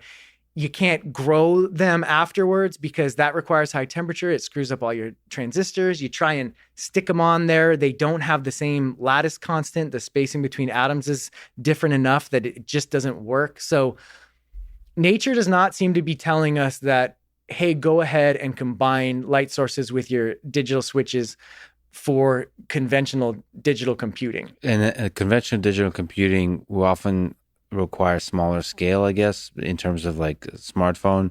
Like, so in which kind of systems does nature hint that we can use light and photons for communication? Well, so let me just try and be clear. You can use light for communication in digital systems. Just the light sources are not intimately integrated with the silicon. You manufacture all the silicon, you have your microchip, plunk it down. And then you manufacture your light sources, separate chip, completely different process, made in a different foundry. And then you put those together at the package level. Got it. So now you have some, I would say a great deal of architectural limitations that are introduced by that sort of package level integration as opposed to monolithic on the same chip integration, but it's still a very useful thing to do. And that's where I had done some work previously before I came to NIST. There's a project led by Vladimir Stoyanovich that now spun out into a company called IR Labs, led by Mark Wade and Chen Sun, where they're doing exactly that. So you have your light source chip, your silicon chip, whatever it may be doing. Maybe it's digital electronics, maybe it's some other control purpose, something. And the silicon chip drives the light source chip and modulates the intensity of the light so you can get data out of the package on an optical fiber. And that still gives you tremendous advantages in bandwidth as opposed to sending those signals out over electrical lines. But it is somewhat peculiar to my eye that they have to be integrated at this package level. And those people, I mean, they're so smart. Those are my colleagues that I respect a great deal. So it's very clear that it's not just they're making a bad choice. This is what physics is telling us. It just wouldn't make any sense to try to stick them together. Yeah, so there, even if it's difficult, it's easier than the alternative, unfortunately. I think so, yes. And I need to go back and make sure that I'm not taken the wrong way. I'm not saying that the pursuit of integrating compound semiconductors with silicon is fruitless and shouldn't be pursued. Yeah. It should, and people are doing great work. Kai-Mei Lau and John Bowers, others, they're doing it and they're making progress. But to my eye, it doesn't look like that's ever going to be just the standard monolithic light source on silicon process. I just don't see it. So nature kind of points the way usually. And if you resist nature, it's just, you're going to have to do a lot more work. And it's going to be expensive and not scalable. Got it. But okay, so let's go like far into the future. Let's imagine this gigantic neuromorphic computing system that simulates all of our realities. It currently is. We mentioned Matrix 4. So this thing, this powerful computer, how does it operate? Like, so what are the neurons? What is the communication? What's your sense? All right. So let me now, after spending 45 minutes trashing light source integration with silicon, let me now say why I'm basing my entire life, professional life, on integrating light sources with electronics. I think the game is completely different when you're talking about superconducting electronics for several reasons. Let me try to go through them. One is that, as I mentioned, it's difficult to integrate those compound semiconductor light sources with silicon. With silicon, is a requirement that is introduced by the fact that you're using semiconducting electronics. In superconducting electronics, you're still going to start with a silicon wafer, but it's just the bread for your sandwich in a lot of ways. You're not using that silicon in precisely the same way for the electronics. You're now depositing superconducting materials on top of that. The prospects for integrating light sources with that kind of an electronic process are certainly less explored, but I think much more promising, because you don't need those light sources to be intimately integrated with the transistors. That's where the problems come up. They don't need to be lattice matched to the silicon, all that kind of stuff. Instead, it seems possible that you can take those compound semiconductor light sources, stick them on the silicon wafer, and then grow your superconducting electronics on the top of that. It's at least not obviously going to fail. So the computation would be done on the superconductive material as well? Yes, the computation is done in the superconducting electronics, and the light sources receive signals that say, hey, a neuron reached threshold, produce a pulse of light, send it out to all your downstream synaptic connections. Those are, again, superconducting electronics. Perform your computation, and you're off to the races. Your network works. So then if we can rewind real quick. So what are the limitations and the challenges of superconducting electronics when we think about constructing these kinds of systems? So actually, let me say one other thing about the light sources. Yes, please. And then I'll move on, I promise, because this is probably tedious for some. This is super exciting. Okay, one other thing about the light sources. I said that silicon is terrible at emitting photons. It's just not what it's meant to do. However, the game is different when you're at low temperature. If you're working with superconductors, you have to be at low temperature because they don't work otherwise. When you're at 4 Kelvin, silicon is not obviously a terrible light source. It's still not as efficient as compound semiconductors, but it might be good enough for this application. The final thing that I'll mention about that is, again, leveraging superconductors. As I said, in a different context, superconducting detectors can receive one single photon. In that conversation, I failed to mention that semiconductors can also receive photons. That's the primary mechanism by which it's done. A camera in your phone that's receptive to visible light is receiving photons. It's based on silicon, or you can make it in different semiconductors for different wavelengths. But it requires on the order of a few thousand photons to receive a pulse. Now, when you're using a superconducting detector, you need one photon, exactly one. I mean, one or more. So the fact that your synapses can now be based on superconducting detectors instead of semiconducting detectors brings the light levels that are required down by some 3 orders of magnitude. So now you don't need good light sources. You can have the world's worst light sources as long as they spit out maybe a few thousand photons every time a neuron fires. You have the hardware principles in place that you might be able to perform this optoelectronic integration. To me, optoelectronic integration it's just so enticing. We want to be able to leverage electronics for computation, light for communication, working with silicon microelectronics at room temperature that has been exceedingly difficult. And I hope that when we move to the superconducting domain, target a different application space that is neuromorphic instead of digital, and use superconducting detectors, maybe optoelectronic integration comes to us. Okay, so there's a bunch of questions there. So one is temperature. So in these kind of hybrid heterogeneous systems, what's the temperature? What are some of the constraints to the operation here? Does it all have to be at 4 Kelvin as well? 4 Kelvin. Everything has to be at 4 Kelvin. Okay, so what are the other engineering challenges of making this kind of optoelectronic systems? Let me just dwell on that 4 Kelvin for a second, because some people hear 4 Kelvin and they just get up and leave. They just say, I'm not doing it, you know? Yeah. And to me, that's very Earth-centric, species-centric. We live in 300 Kelvin, so we want our technologies to operate there too. I totally get it. Yeah, what's 0 Celsius? 0 Celsius is 273 Kelvin. Okay. So we're talking very, very cold here. This is not even Boston cold. No. This is real cold. Yeah. This is Siberia cold. But, okay, so just for reference, the temperature of the cosmic microwave background is about 2.7 Kelvin. So we're still warmer than deep space. Yeah. Good.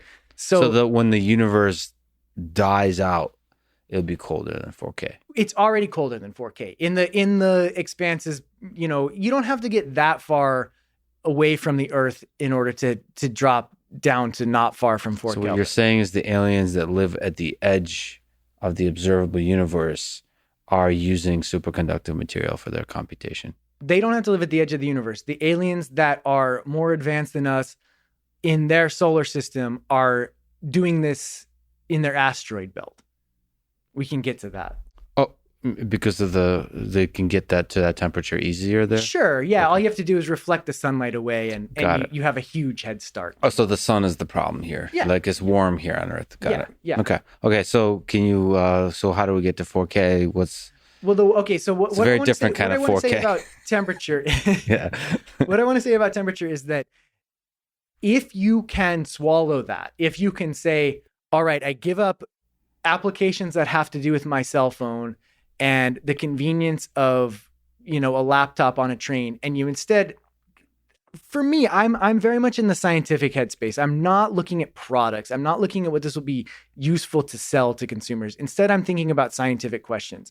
Well, it's just not that bad to have to work at 4 Kelvin. We do it all the time in our labs at NIST. And so for reference, the entire quantum computing sector usually has to work at something like 100 millikelvin, 50 millikelvin. So now you're talking of another factor of 100 even colder than that, a fraction of a degree. And everybody seems to think quantum computing is going to take over the world. Okay.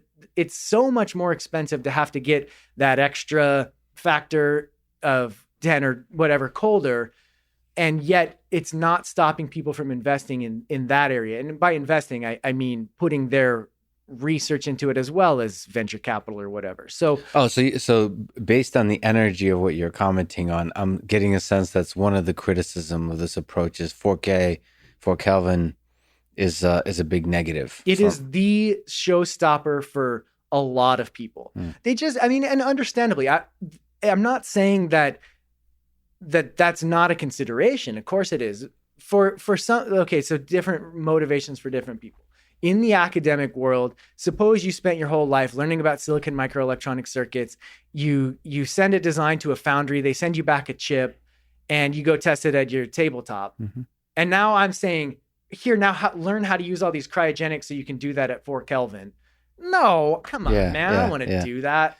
That sounds bad. It's the old momentum, the Titanic of the turning. Yeah, kind of. But you're saying that's not too much of a when we're looking at large systems and the gain you can potentially get from them, that's not that much of a cost. And when you want to answer the scientific question about what are the physical limits of cognition, well, the physical limits, they don't care if you're at 4 Kelvin. If you can perform cognition at a scale orders of magnitude beyond any room temperature technology, but you got to get cold to do it, you're going to do it. And to me, that's the interesting application space. It's not even an application space. That's the interesting scientific paradigm. So I personally am not going to let low temperature stop me from realizing a technological domain or realm that is achieving in most ways everything else that I'm looking for in my hardware. So that's a big one. Is there other kind of engineering challenges that you envision? Yeah. So let me take a moment here because I haven't really described what I mean by a neuron or a network in this particular hardware. Yeah. Do you want to talk about loop neurons? And there's so many fascinating ideas. But you just have so many amazing papers that people should definitely check out. And the titles alone are just killer. So anyway, go ahead. Right. So let me say big picture, based on optics, photonics for communication, superconducting electronics for computation, how does this all work? So a neuron in this hardware platform can be thought of as circuits that are based on Josephson junctions, like we talked about before, where every time a photon comes in, so let's start by talking about a synapse. A synapse receives a photon, one or more, from a different neuron, and it converts that optical signal to an electrical signal. Mm-hmm. The amount of current that adds to a loop is controlled by the synaptic weight. So as I said before, you're popping fluxons into a loop, right? So a photon comes in, it hits a superconducting single photon detector, one photon. the absolute physical minimum that you can communicate from one place to another with light. And that detector then converts that into an electrical signal, and the amount of the signal is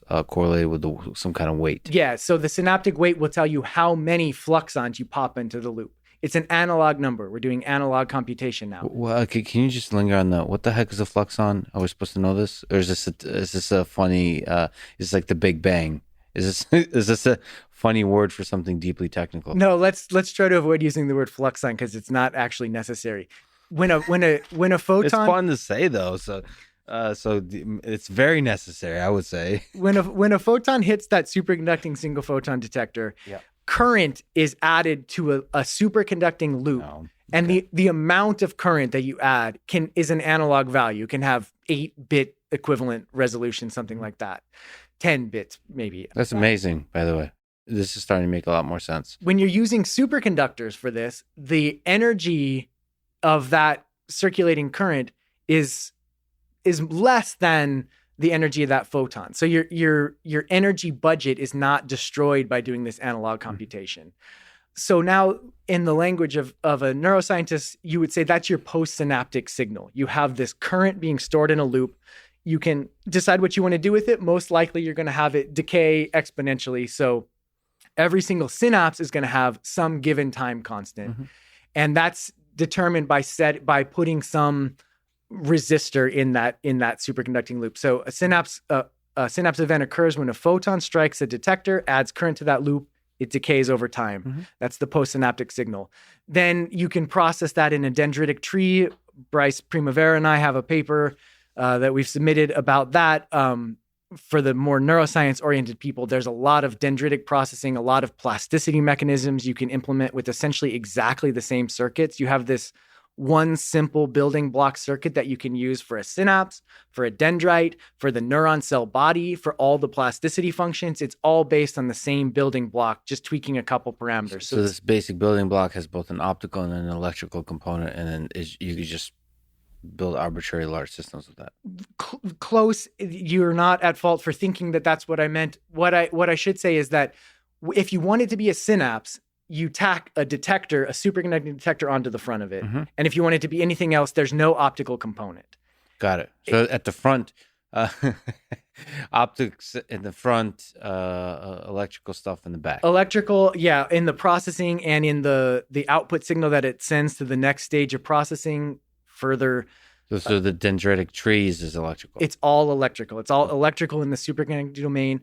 For anybody who's up on their superconducting circuits, it's just based on a DC squid, the most ubiquitous, which is a circuit composed of 2 Josephson junctions. So it's a very bread and butter kind of thing. And then the only place where you go beyond that is the neuron cell body itself. It's receiving all these electrical inputs from the synapses or dendrites or however you've structured that particular unique neuron. And when it reaches its threshold, which occurs by driving a Josephson junction above its critical current, it produces a pulse of current, which starts an amplification sequence, voltage amplification, that produces light out of a transmitter. So one of our colleagues, Adam McCon and Sonia Buckley as well, did a lot of work on the light sources and the amplifiers that drive the current and produce sufficient voltage to drive current through that now semiconducting part. So that light source is the semiconducting part of a neuron. And so the neuron has reached threshold, it produces a pulse of light. That light then fans out across a network of waveguides to reach all the downstream synaptic terminals that perform this process themselves. So it's probably worth explaining what a network of waveguides is, because a lot of listeners aren't going to know that. Look up the papers by Jeff Childs on this one. But basically, light can be guided in a simple, basically wire of usually an insulating material. So silicon nitride, different kinds of glass. Just like in a fiber optic, it's glass, silicon dioxide. That makes it a little bit big. We want to bring these down, so we use different materials like silicon nitride. But basically, just imagine a rectangle of some material that just goes and branches, forms different branch points that target different sub-regions of the network. You can transition between layers of these. So now we're talking about building in the 3rd dimension, which is absolutely crucial. So that's what waveguides are. So, yeah, that's great. Why the third dimension is crucial? Okay, so yes, you were talking about what are some of the technical limitations. One of the things that I believe we have to grapple with is that our brains are miraculously compact. For the number of neurons that are in our brain, it sure does fit in a small volume, as it would have to if we're going to be biological organisms that are resource limited and things like that. Any kind of hardware neuron is almost certainly going to be much bigger than that if it is of comparable complexity. Even whether it's based on silicon transistors, okay, a transistor, 7 nanometers, that doesn't mean a semiconductor-based neuron is 7 nanometers. They're big. They require many transistors, different other things like capacitors and things that store charge. They end up being on the order of 100 microns by 100 microns, and it's difficult to get them down any smaller than that. The same is true for superconducting neurons, and the same is true if we're trying to use light for communication. Even if you're using electrons for communication, you have these wires where, okay, the size of an electron might be angstroms, but the size of a wire is not angstroms. And if you try and make it narrower, the resistance just goes up. So you don't actually win. To communicate over long distances, you need your wires to be microns wide. Mm-hmm. And it's the same thing for waveguides. Waveguides are essentially limited by the wavelength of light, and that's going to be about a micron. So whereas compare that to an axon, the analogous component in the brain, which is 10 nanometers in diameter, something like that, they're bigger when they need to communicate over long distances. But grappling with the size of these structures is inevitable and crucial. And so in order to make systems of comparable scale to the human brain, by scale here, I mean number of interconnected neurons, you absolutely have to be using the third spatial dimension. And that means on the wafer, you need multiple layers of both active and passive components. Active, I mean superconducting electronic circuits that are performing computations.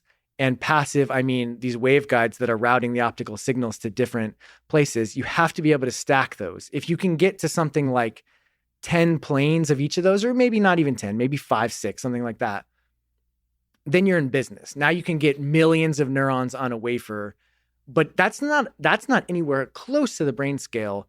In order to get to the scale of the human brain, you're going to have to also use the third dimension in the sense that entire wafers need to be stacked on top of each other with fiber optic communication between them. And we need to be able to fill a space the size of this table with stacked wafers.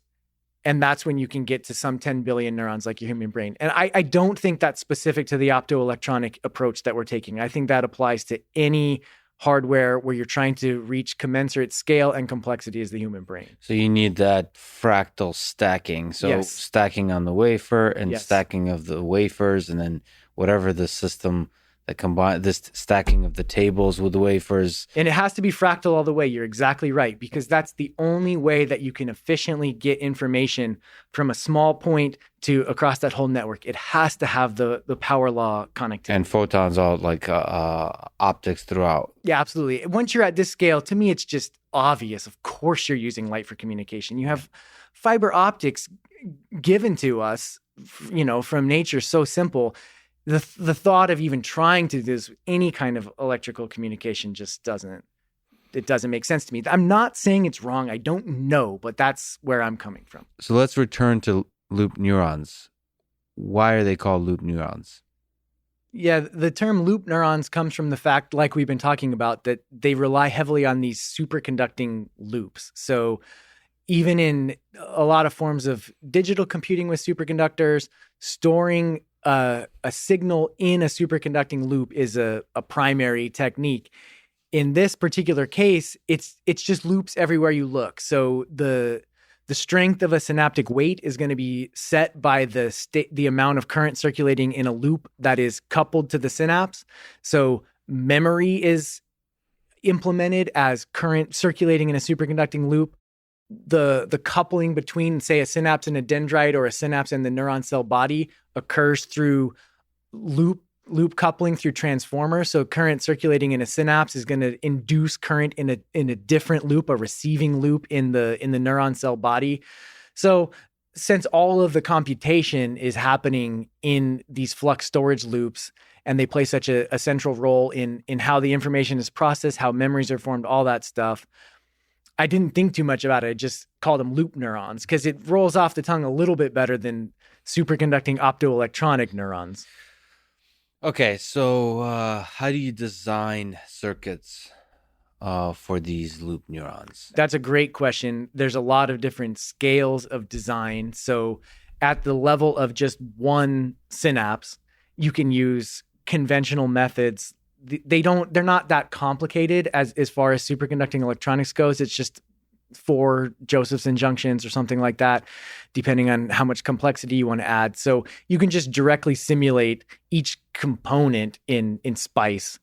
What's SPICE? It's standard electrical simulation software. Okay, basically. got it. So you're just explicitly solving the differential equations that describe the circuit elements. Mm-hmm. And then you can stack these things together in that simulation software to then build circuits. You can, but that becomes computationally expensive. So one of the things when COVID hit, we knew we had to turn some attention to more things you can do at home in your basement or whatever. And one of them was computational modeling. So we started working on abstracting out the circuit performance so that you don't have to explicitly solve the circuit equations, which for Josephson junctions usually needs to be done on like a picosecond time scale, and you have a lot of nodes in your circuit. So it results in a lot of differential equations that need to be solved simultaneously. We were looking for a way to simulate these circuits that is scalable up to networks of millions or so neurons is sort of where we're targeting right now.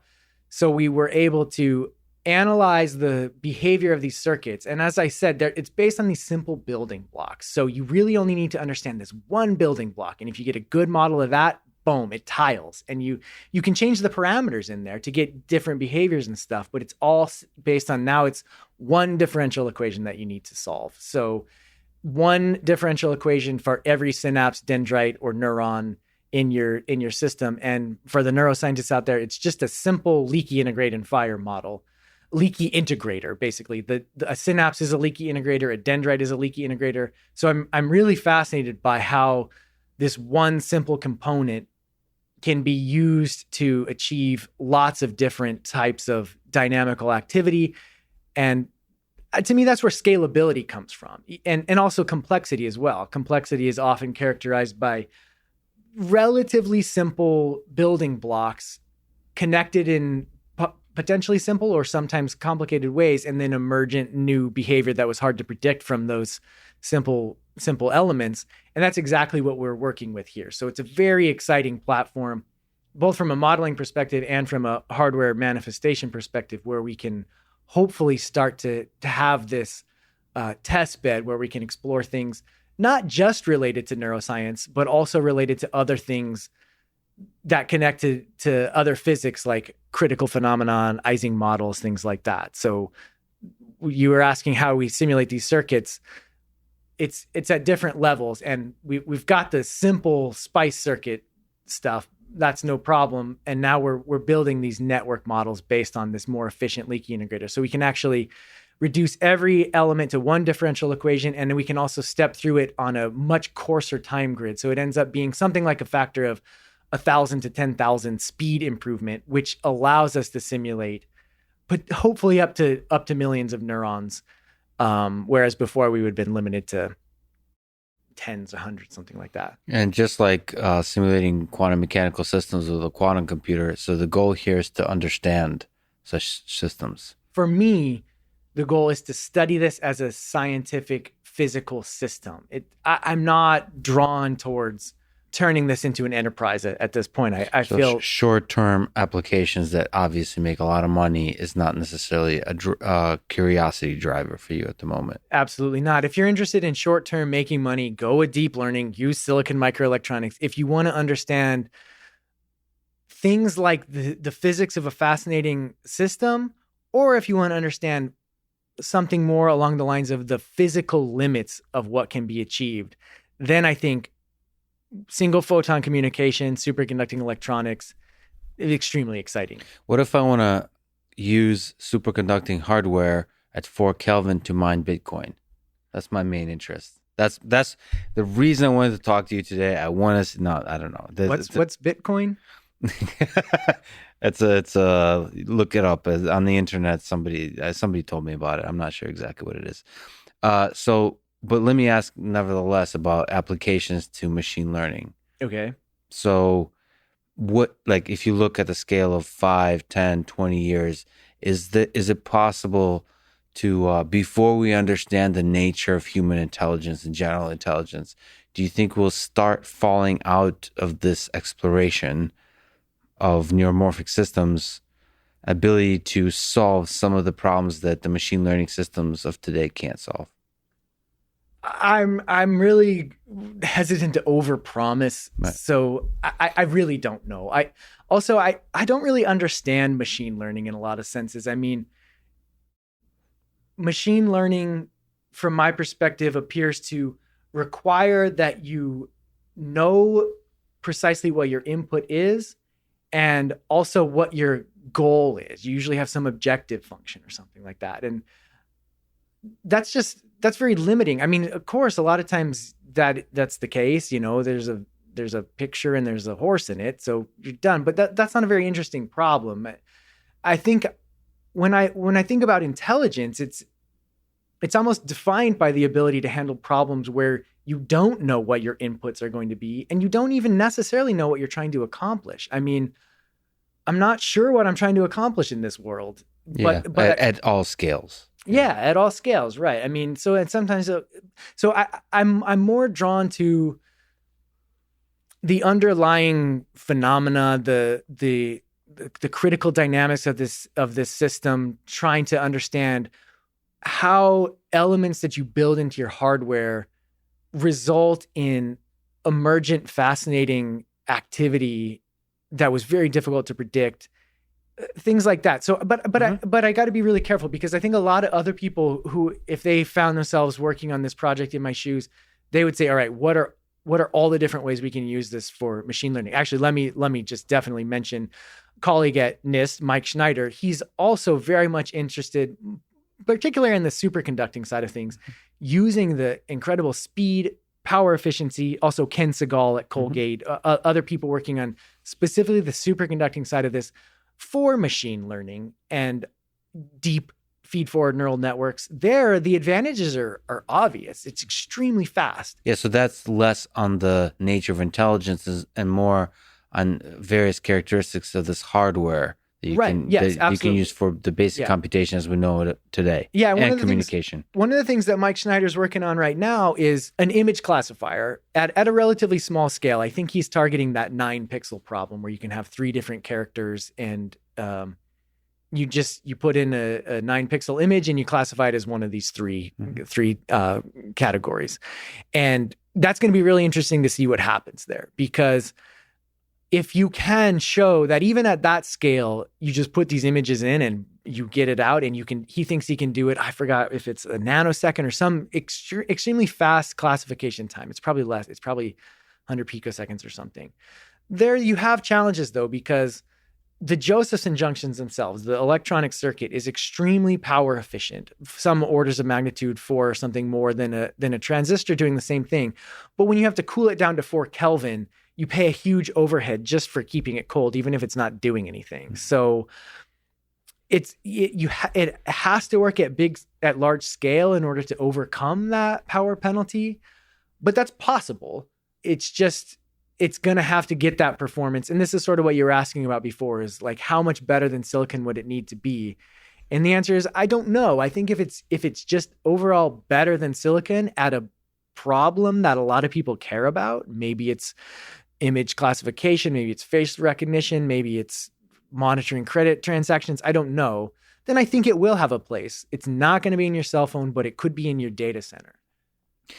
So what about in terms of the data center? I don't know if you're paying attention to the various systems, like Tesla recently announced Dojo, which is a large-scale machine learning training system. That, again, the bottleneck there is probably going to be communication between those systems. Is there something from your work on everything we've been talking about in terms of superconductive hardware that could be useful there? Okay. Tomorrow, no. In the long term, it could be the whole thing. It could be nothing. I don't know, but definitely, when you look at so I don't know that much about Dojo. My understanding is that that's new, right? That's just coming online. Well, I don't even know where it hasn't come online. Okay. And when you announce big sexy, so let me explain to you the way things work in in the world out there. In the world of business and marketing. It's not always clear where you are on the coming online part of that. So I don't know where they are exactly, but the vision is from ground up to build a very, very large scale modular machine learning ASIC, basically hardware that's optimized for training neural networks. And of course, there's a lot of companies that are small and big working on this kind of problem. The question is how to do it in a modular way that has very fast communication.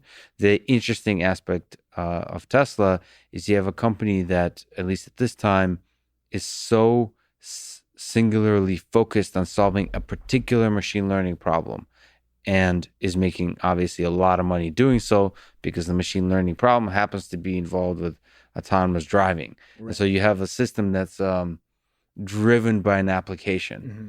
And that's really interesting because, you have maybe Google working on TPUs and so on. You have all these other companies with ASICs. They're usually more kind of always thinking general. Mm-hmm. So I like it when it's driven by a particular application because then you can really get to it's somehow, if you just talk broadly about intelligence, you may not always get to the right solutions. It's nice to couple that sometimes with specific, clear illustration of something that requires general intelligence, which for me, driving is one such case. I think you're exactly right. Sometimes just having that focus on that application brings a lot of people focuses their energy and attention. I think so one of the things that's appealing about what you're saying is not just that the application is specific, but also that the scale is big. And that the benefit is also huge. So financial and to humanity. Right. Yeah. So I guess let me just try to understand, is the point of this Dojo system to figure out the parameters that then plug into neural networks, and then you don't need to retrain, you just make copies of a certain chip that has all the parameters established? Or no, it's straight up retraining a large neural network over and over and over. So you have to do it once for every new car?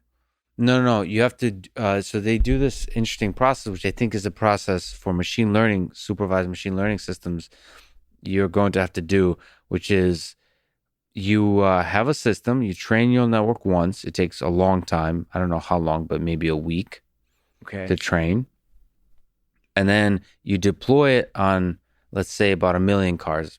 I don't know what the number is. But that part, you just write software that updates some weights in a table and But there's a loop back. Yeah, okay. Each of those cars run into trouble rarely, but like they catch the edge cases of the performance of that particular system and then send that data back. And either automatically or by humans, that weird edge case data is annotated, and then the network has to become smart enough to now be able to perform in those edge cases, so it has to get retrained. There's clever ways of retraining different parts of that network, but for the most part, I think they prefer to retrain the entire thing. So you have this giant monster that kind of has to be retrained regularly. I think the vision with Dojo is to have a very large machine learning focused, driving focused supercomputer that then is sufficiently modular that could be scaled to other machine learning applications. But so they're not limiting themselves completely to this particular application, but this application is the way they kind of test this iterative process of machine learning. Is you make a system that's very dumb, deploy it, get the edge cases where it fails, make it a little smarter, it becomes a little less dumb, and that iterative process achieves something that you can call intelligent or is smart enough to be able to solve this particular application. So it has to do with training neural networks fast and training neural networks that are large. But also based on an extraordinary amount of diverse input. Data, yeah. And that's one of the things. So this does seem like one of those spaces where the scale of superconducting optoelectronics, the way that, so when you talk about the weaknesses, like I said, okay, well, you have to cool it down. At this scale, that's fine. Because that's not too much of an added cost. Most of your power is being dissipated by the circuits themselves, not the cooling. And also, you have one centralized kind of cognitive hub, if you will. And so if we're talking about putting a superconducting system in a car, that's questionable. Do you really want a cryostat in the trunk of every one of your car? It'll fit. It's not that big of a deal, but hopefully there's a better way, right? But since this is sort of a central supreme intelligence or something like that, and it needs to really have this massive data acquisition, massive data integration, I would think that that's where large scale spiking neural networks with vast communication and all these things would have something pretty tremendous to offer. It's not going to happen tomorrow. There's a lot of development that needs to be done, but we have to be patient with self-driving cars for a lot of reasons. We were all optimistic that they would be here by now. And okay, they are to some extent, but if we're thinking 5 or 10 years down the line, it's not unreasonable. One other thing let me just mention, that getting into self-driving cars and technologies that are using AI out in the world, this is something NIST cares a lot about. Elham Tabasi is leading up a much larger effort in AI at NIST than my little project. And really central to that mission is this concept of trustworthiness. So when you're going to deploy this neural network in every single automobile with so much on the line, you have to be able to trust that. So now how do we know that we can trust that? How do we know that we can trust the self-driving car or the supercomputer that trained it? There's a lot of work there, and there's a lot of that going on at NIST, and it's still early days. I mean, you're familiar with the problem and all that. But there's a fascinating dance in engineering with like safety critical systems. There's a desire in computer science. I just recently talked to Don Knuth to for algorithms and for systems, for them to be provably correct or provably safe. And this is one other difference between humans and biological systems, is we're not provably anything. Right. And so there's some aspect of imperfection. Yes. That we need to have built in, like robustness to imperfection, be part of our systems, which is a difficult thing for engineers to contend with. They're very uncomfortable with the idea that you have to be okay with failure and almost engineer failure into the system. Mathematicians hate it too. But I think it was Turing who said something along the lines of, I can give you an intelligent system or I can give you a flawless system, but I can't give you both. And it's in sort of creativity and abstract thinking seem to rely somewhat on stochasticity and not having components that perform exactly the same way every time. This is where like the disagreement I have with, not disagreement, but a different view on the world. I'm with Turing. When I talk to robot colleagues, that sounds like I'm talking to robots, colleagues that are roboticists, the goal is perfection. And to me is like, no, I think the goal should be imperfection that's communicated.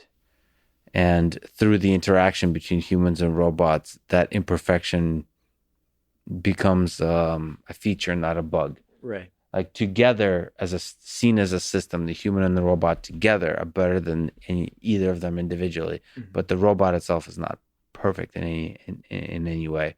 Of course, there's had a bunch of disagreements, including with Mr. Elon about. To me, autonomous driving is fundamentally a human-robot interaction problem, not a robotics problem.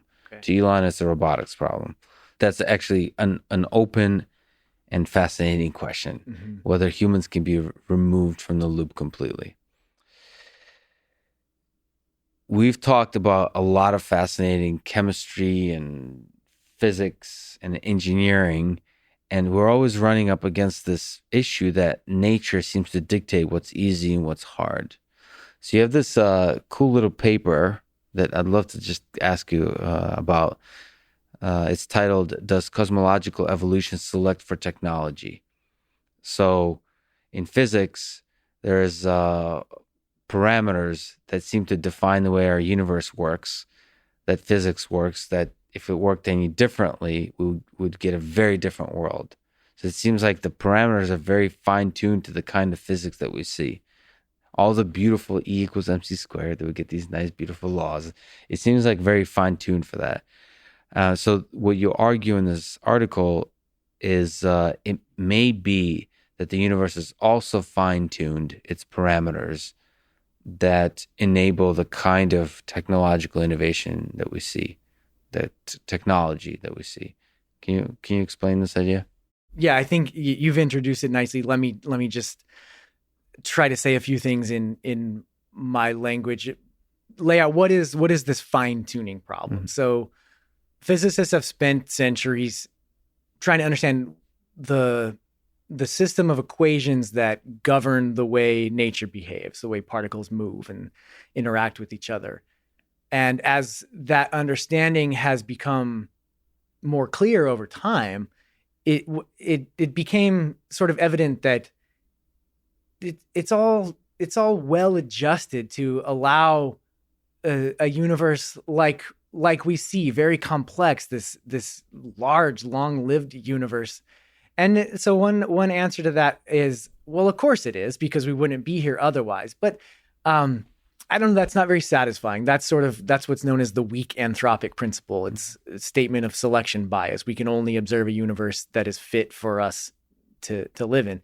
So what does it mean for a universe to be fit for us to live in? Well, the pursuit of physics, it is based partially on coming up with equations that describe how things behave and interact with each other. But in all those equations so there's the form of the equation, sort of how different fields or particles move in space and time. But then there are also the parameters that just tell you sort of the strength of different couplings, how strongly does a charged particle couple to the electromagnetic field, or masses, how strongly does a particle couple to the Higgs field or something like that. And those parameters that define not the general structure of the equations, but the relative importance of different terms, they seem to be every bit as important as the structure of the equations themselves.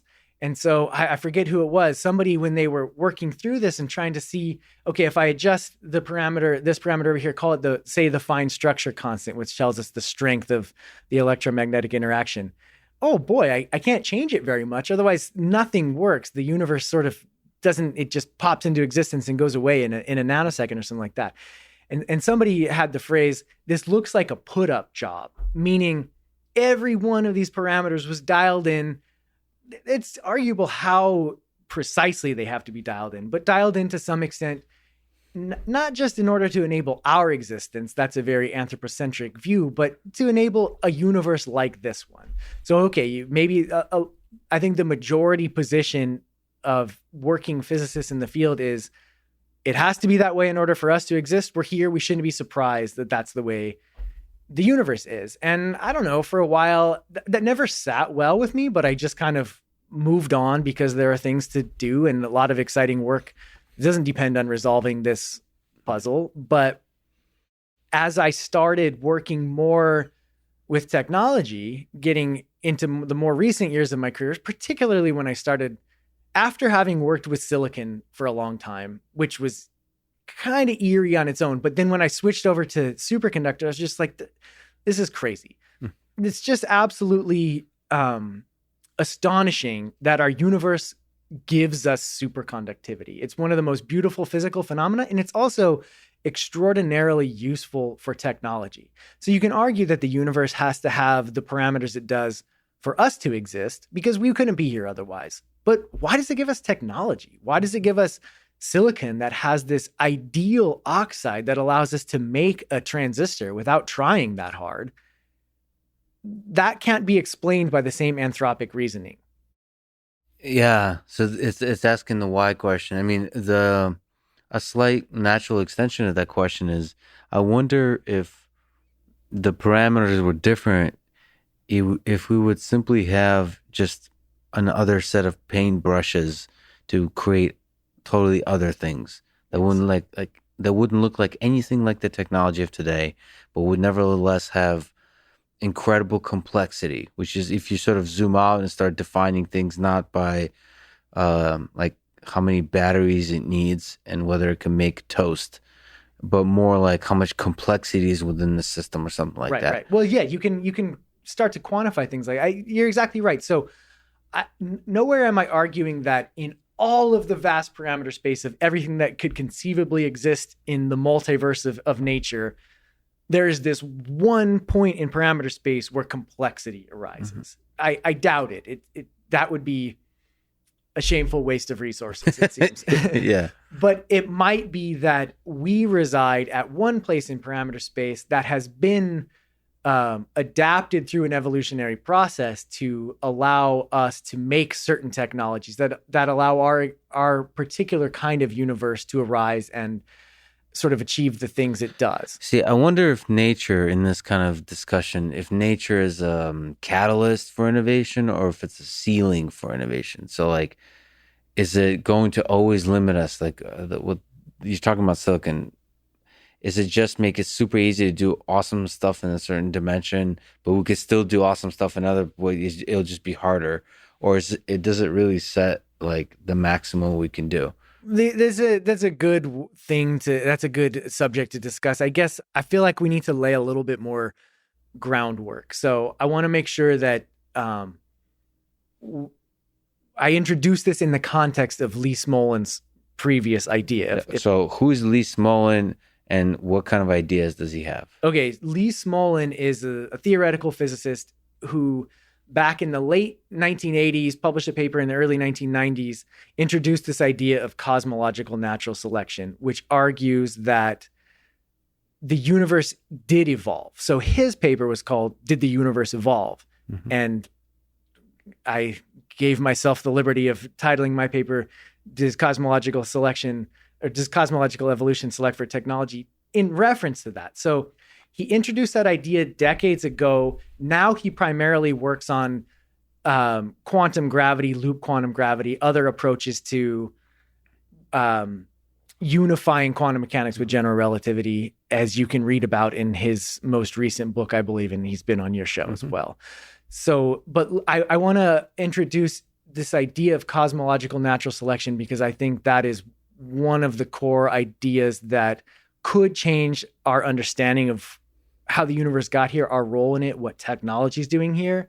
But there's a couple more pieces that need to be set up first. So the beginning of our universe is largely accepted to be the Big Bang. And what that means is if you look back in time by looking far away in space, you see that everything used to be at one point and it expanded away from there. There was an era in the evolutionary process of our universe that was called inflation. And this idea was developed primarily by Alan Guth and others, Andre Linde and others in the 80s.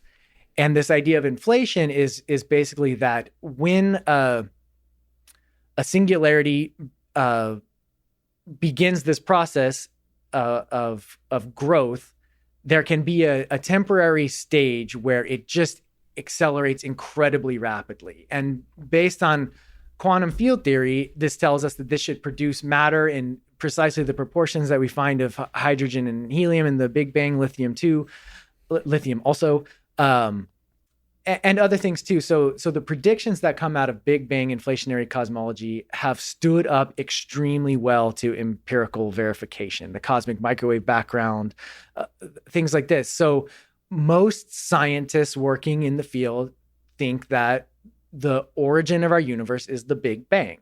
And I base all my thinking on that as well. I'm just laying this out there so that people understand that where I'm coming from is an extension, not a replacement of existing well-founded ideas. In a paper, I believe it was 1986, with Alan Guth and another author, Farhi, they wrote that a Big Bang, I don't remember the exact quote, a Big Bang is inextricably linked with a black hole. This singularity that we call our origin is mathematically indistinguishable from a black hole. They're the same thing. And Lee Smolin based his thinking on that idea, I believe. I don't mean to speak for him, but this is my reading of it. So what Lee Smolin will say is that a black hole in one universe is a Big Bang in another universe. And this allows us to have progeny, offspring. So a universe can be said to have come before another universe. And very crucially, Smolin argues, I think this is potentially one of the great ideas of all time. That's my opinion, that when a black hole forms, it's not a classical entity, it's a quantum gravitational entity. So it is subject to the fluctuations that are inherent in quantum mechanics. The properties, what we're calling the parameters that describe the physics of that system are subject to slight mutations, so that the offspring universe does not have the exact same parameters defining its physics as its parent universe. They're close, but they're a little bit different. And so now you have a mechanism for evolution, for natural selection.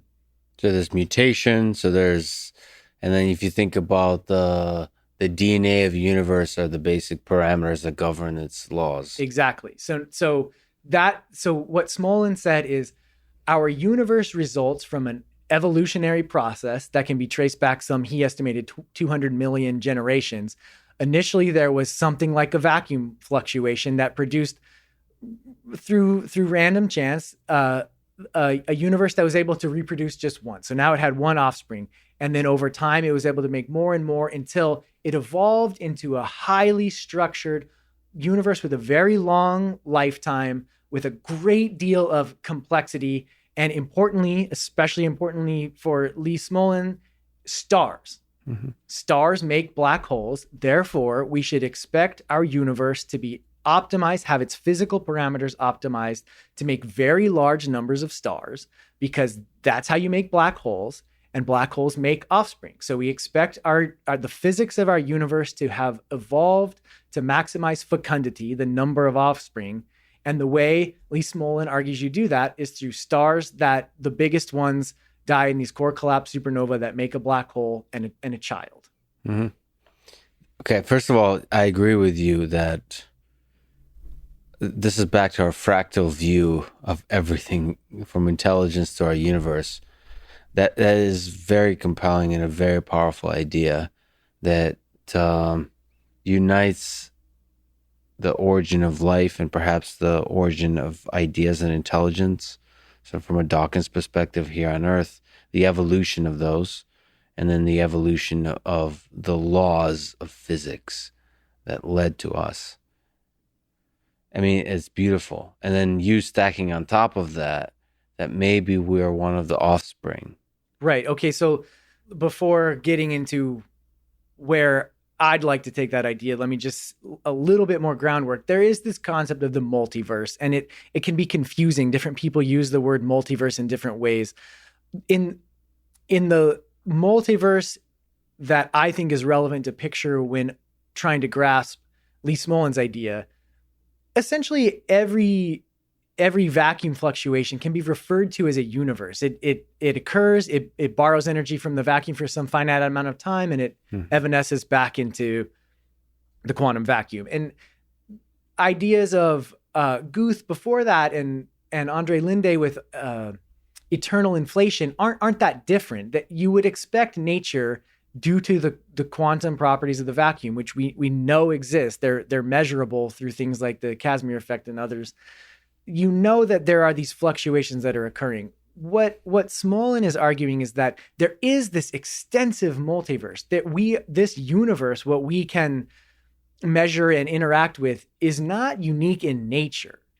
It's just our residence. It's where we reside. And there are countless, potentially infinity, other universes, other entire evolutionary trajectories that have evolved into things like what you were mentioning a second ago, with different parameters and different ways of achieving complexity and reproduction and all that stuff.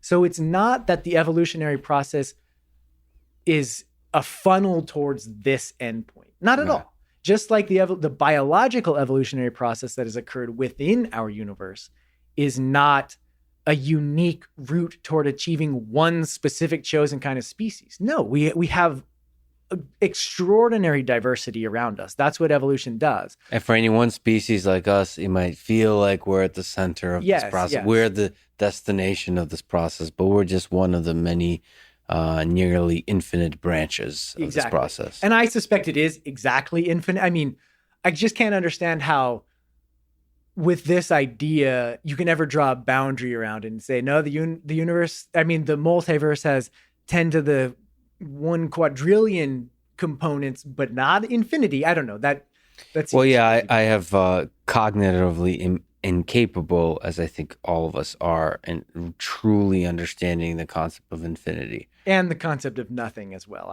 Nothing, but also the concept of a lot is pretty difficult. I can count. I run out of fingers at a certain point, and then you're screwed. And when you're wearing shoes and you can't even get down to your toes, it's like, all right, 1,000, fine, 1,000,000. Is that what? And then it gets crazier and crazier. Right. So when we say technology, by the way, I mean, there's some, not to over romanticize the thing, but there is some aspect about this branch of ours that allows us to, for the universe to know itself. Yes. So to have like little conscious cognitive fingers that are able to feel, like to scratch the head. Right. To be able to construct E equals MC squared and to introspect, to start to gain some understanding of the laws that govern it. Isn't that kind of amazing? Okay, I'm just human, but it feels like that if I were to build a system that does this kind of thing, that evolves laws of physics, that evolves life, that evolves intelligence, that my goal would be to come up with things that are able to think about itself, right? Aren't we kind of close to this, the design specs, the destination? We're pretty close. I don't know. I mean, I'm spending my career designing things that I hope will think about themselves. So exactly. Maybe you and I aren't too far apart on that one. But then maybe that problem is a lot harder than we imagine. Maybe we need to... Let's not get too far, because I want to emphasize something that what you're saying is, isn't it fascinating that the universe evolved something that can be conscious, reflect on itself? But Lee Smolin's idea didn't take us there, remember? It took us to stars. Lee Smolin has argued, I think right on almost every single way, that cosmological natural selection could lead to a universe with rich structure. And he argued that the physics of our universe is designed to make a lot of stars so that they can make black holes. But that doesn't explain what we're doing here. In order for that to be an explanation of us, what you have to assume is that once you made that universe that was capable of producing stars, life, planets, all these other things were along for the ride. They got lucky. We're kind of growing up in the cracks, but the universe isn't here for us. We're still kind of a fluke in that picture. And I don't necessarily have like a philosophical opposition to that stance. It's just not, okay. So I don't think it's complete. So it seems like whatever we got going on here, to you, it seems like whatever we have here on Earth seems like a thing you might want to select for in this whole big process. Exactly. So if what you are truly, if your entire evolutionary process only cares about fecundity, it only cares about making offspring universes, because then there's going to be the most of them in that local region of hyperspace, which is the set of all possible universes, let's say, you don't care how those universes are made. You know they have to be made by black holes. This is what inflationary theory tells us. The Big Bang tells us that black holes make universes. But what if there was a technological means to make universes? Stars require a ton of matter because they're not thinking very carefully about how you make a black hole. They're just using gravity, you know? But if we devise technologies that can efficiently compress matter into a singularity, it turns out that if you can compress about 10 kilograms into a very small volume, that will make a black hole that is likely, highly probable to inflate into its own offspring universe. This is according to calculations done by other people who are professional quantum theorists, quantum field theorists, and I hope I am grasping what they're telling me correctly. I'm somewhat of a translator here. But so that's the position that is particularly intriguing to me, which is that what might have happened is that, okay, this particular branch on the vast tree of evolution, cosmological evolution, now we're talking about, not biological evolution within our universe, but cosmological evolution, went through exactly the process that Lee Smolin described, got to the stage where stars were making lots of black holes, but then continued to evolve and somehow bridge that gap and made intelligence capable of devising technologies, because technologies, intelligent species working in conjunction with technologies could then produce even more. More efficiently, more like faster and better and more different. Then you start to have different kind of mechanisms of mutation, perhaps, all that kind of stuff. And so if you do a simple calculation that says, all right, if I want to, we know roughly how many core collapse supernovae have resulted in black holes in our galaxy since the beginning of the universe, and it's something like 1 billion. So then you would have to estimate that it would be possible for a technological civilization to produce more than 1 billion black holes with the energy and matter at their disposal. And so one of the calculations in that paper, back of the envelope, but I think revealing nonetheless, is that if you take a relatively common asteroid, something that's about 1 kilometer in diameter, what I'm thinking of is just scrap material laying around in our solar system, and break it up into 10 kilogram chunks and turn each of those into a universe, then you would have made at least 1 trillion black holes, outpacing the star production rate by some 3 orders of magnitude. That's one asteroid.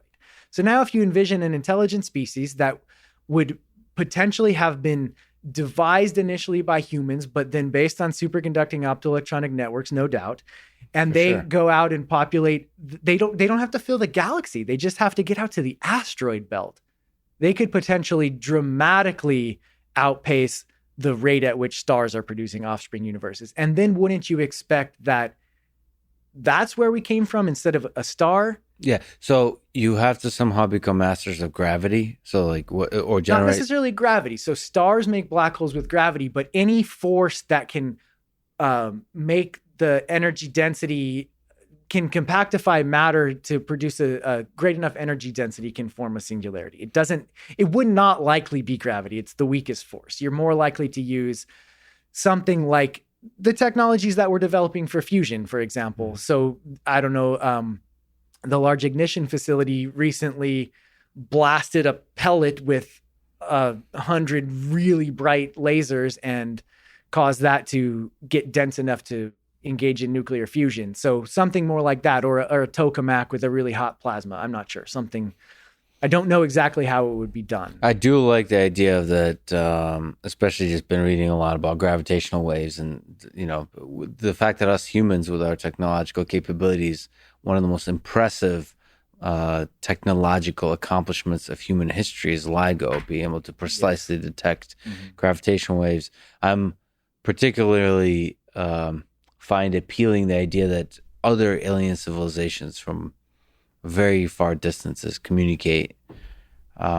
with gravity, with gravitational waves, because as you become greater and greater master of gravity, which seems way out of reach for us right now, maybe that seems like a effective way of sending signals, especially if your job is to manufacture black holes. Right. So so let me ask there, whatever, I mean, broadly thinking, because we tend to think other alien civilizations would be very human-like, but if we think of alien civilizations out there as basically generators of black holes, however they do it, because they get stars, do you think there's a lot of them in our particular universe out there? In our universe? Well, okay, let me ask, okay, this is great. Let me ask a very generic question, and then let's see how you answer it, which is how many alien civilizations are out there?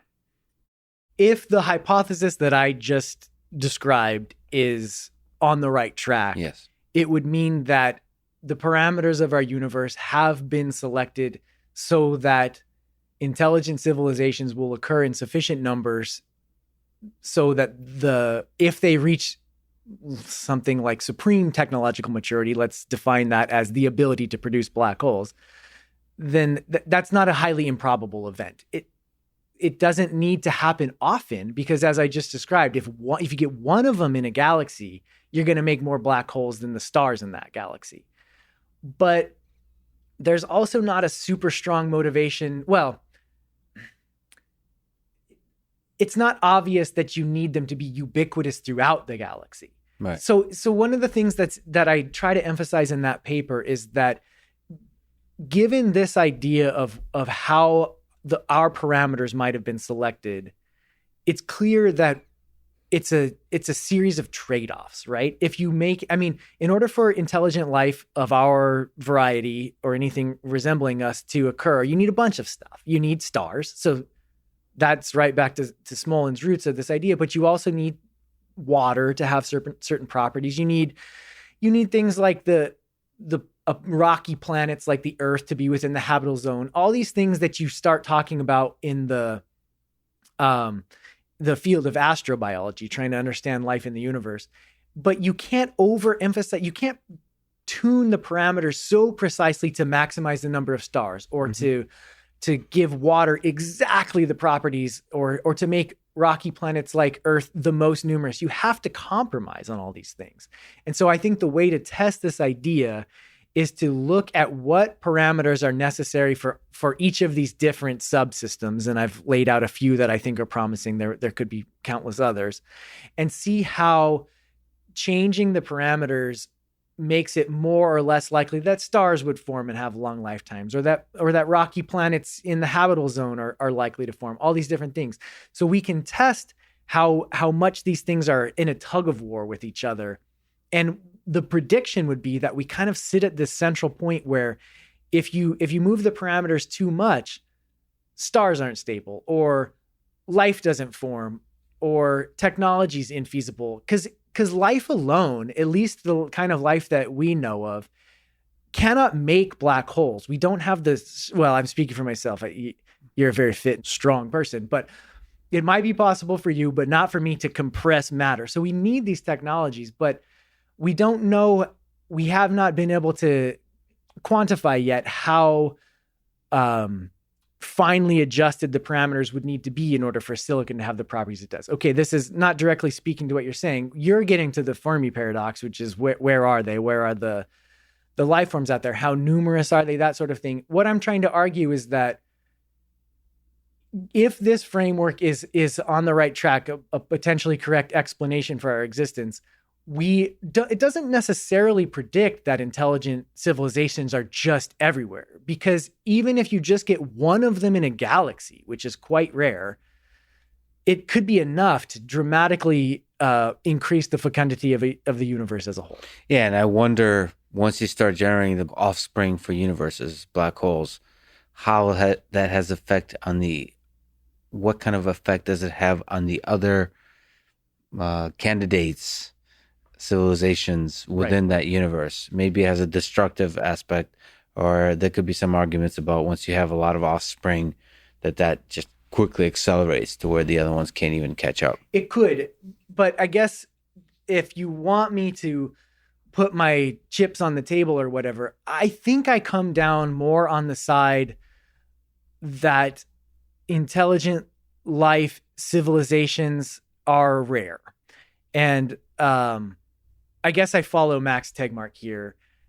And also there's a lot of papers coming out recently in the field of astrobiology that are seeming to say, all right, you just work through the numbers on some modified Drake equation or something like that. And it looks like it's not improbable. You shouldn't be surprised that an intelligent species has arisen in our galaxy. But if you think there's one the next solar system over, it's highly improbable. So I can see that the probability of finding a a civilization in a galaxy, maybe it's most likely that you're going to find 1 to 100 or something. But okay, now it's really important to put a time window on that, I think, because does that mean in the entire lifetime of the galaxy before so for in our case, before we run into Andromeda? I think it's highly probable. I shouldn't say I think. It's tempting to believe that it's highly probable that in that entire lifetime of your galaxy, you're going to get at least one intelligent species, maybe thousands or something like that. But it's also, I think, a little bit naive to think that they're going to coincide in time and we'll be able to observe them. And also, if you look at the span of life on Earth, the Earth history, it was surprising to me to kind of look at the amount of time. Well, first of all, the short amount of time there's no life is surprising. Life sprang up pretty quickly. It's cellular, single cell. So, but that's the point I'm trying to make is like so much of life on Earth was just like single cell organisms. Like most of it is like boring bacteria type of stuff. Well, bacteria are fascinating, but I take your point. No, I get it. I mean, no offense to them.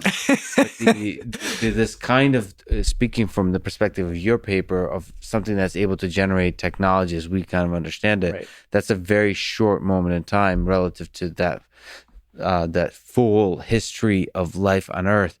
And maybe our universe is just saturated with bacteria like humans. Right. But not the special extra AGI superhumans. That those are very rare. And once those spring up, everything just goes to like it accelerates very quickly.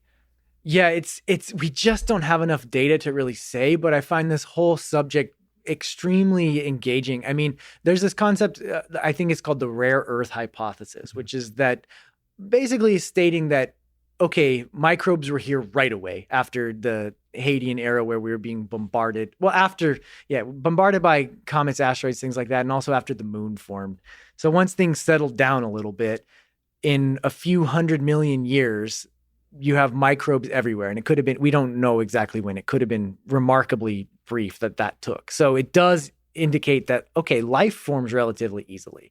I think that alone is sort of a checker on the scale for the argument that the parameters that allow even microbial life to form are not just a fluke. But anyway, that aside, yes, then there was this long dormant period. Not dormant, things were happening, but important things were happening for some 2.5 billion years or something after the metabolic process that releases oxygen was developed. Then basically the planet's just sitting there getting more and more oxygenated until it's enough that you can build these large complex organisms. And so the rare earth hypothesis would argue that the microbes are common and everywhere, and any planet that's like roughly in the habitable zone and has some water on it's probably going to have those.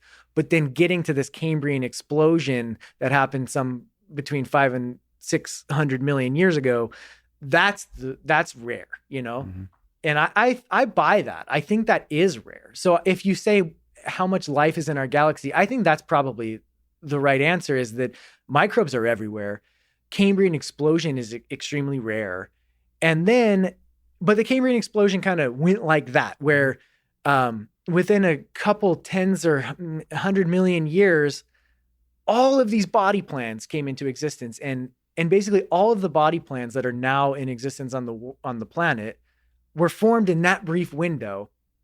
And we've just been shuffling around since then. So then what caused humans to pop out of that? I mean, that could be another extremely rare threshold that a planet roughly in the habitable zone with water is not guaranteed to cross, you know? But to me, it's fascinating, if we're being humble, like the humans cannot possibly be the most amazing thing that's such, if you look at the entirety of the system that Lee Smolin and you paint, that cannot possibly be the most amazing thing that process generates. So like if you look at the evolution, what's the equivalent in the cosmological evolution and its selection for technology, the equivalent of the human eye or the human brain?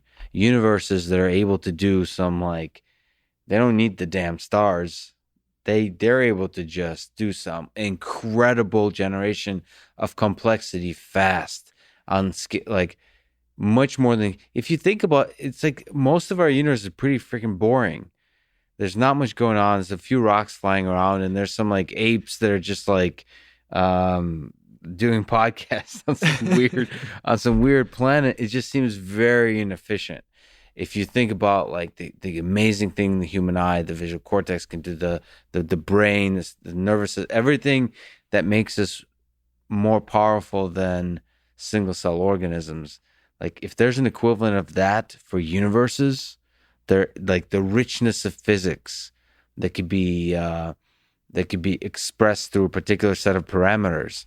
Like, I mean, like for me, so from a computer science perspective, huge fan of cellular automata, which is a nice sort of pretty visual way to illustrate how different laws can result in drastically different levels of complexity. Mm-hmm. So like, it's like, yeah, okay, so we're all like celebrating, look, our little cellular automata is able to generate pretty triangles and squares, and therefore we achieve general intelligence. And then there'll be like some badass Chuck Norris type, like universal Turing machine type of cellular automata. They're able to generate other cellular automata and that does any arbitrary level of computation off the bat. It, like, those have to then exist. And then we're just like we'll be forgotten. Is this story? This is this podcast just entertains a few other apes for for a few months. Well, I'm kind of surprised to hear your cynicism. No, I'm very I usually think of you as like a one who celebrates humanity in all its forms and things like that. And I guess I don't see it the way you just described. Yeah. I mean, okay, we've been here for 13.7 billion years, and you're saying, gosh, that's a long time. Let's get on with the show already. Some other universe could have kicked our butt by now. Yeah. But that's putting a characteristic time. I mean, why is 13.7 billion a long time? I mean, compared to what? I guess, so when I look at our universe, I see this extraordinary hierarchy that has developed over that time. So at the beginning, it was a chaotic mess of, some plasma and nothing interesting going on there. And even for the first stars to form, that a lot of really interesting evolutionary processes had to occur. By evolutionary in that sense, I just mean taking place over extended periods of time, and structures are forming then. And then it took that first generation of stars in order to produce the metals that then can more efficiently produce another generation of stars. We're only the third generation of stars, so we might still be pretty quick to the game here. So, but I don't think.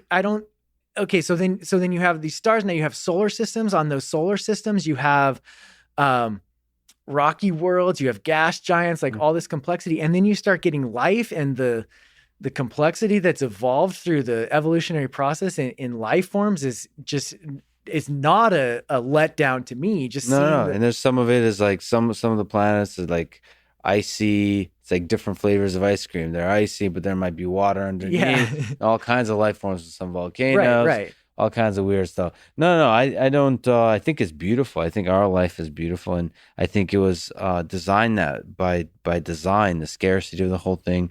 I think mortality, as terrifying as it is fundamental to the whole reason we enjoy everything. No, I think it's beautiful. I just think that all of us, conscious beings, in the grand scheme of basically at every scale, will be completely forgotten. Well, that's true. I think everything is transient, and that would go back to maybe something more like Lao Tzu, the Tao Te Ching, or something, where it's like, yes, there is nothing but change. There is nothing but emergence and dissolve, and that's it. But I just, in this picture of this hierarchy that's developed, I don't mean to say that now it gets to us and that's the pinnacle. In fact, I think at a high level, the story I'm trying to tease out in my research is about, okay, well, so then what's the next level of hierarchy? And if it's okay, we're kind of pretty smart. I mean, talking about people like Lee Smol and Alan Guth, Max Tegmark. Okay, we're really smart. Talking about me, okay, we can find our way to the grocery store or whatever. But sometimes. But what's next? I mean, what if there's another level of hierarchy that grows on top of us that is even more profoundly capable? And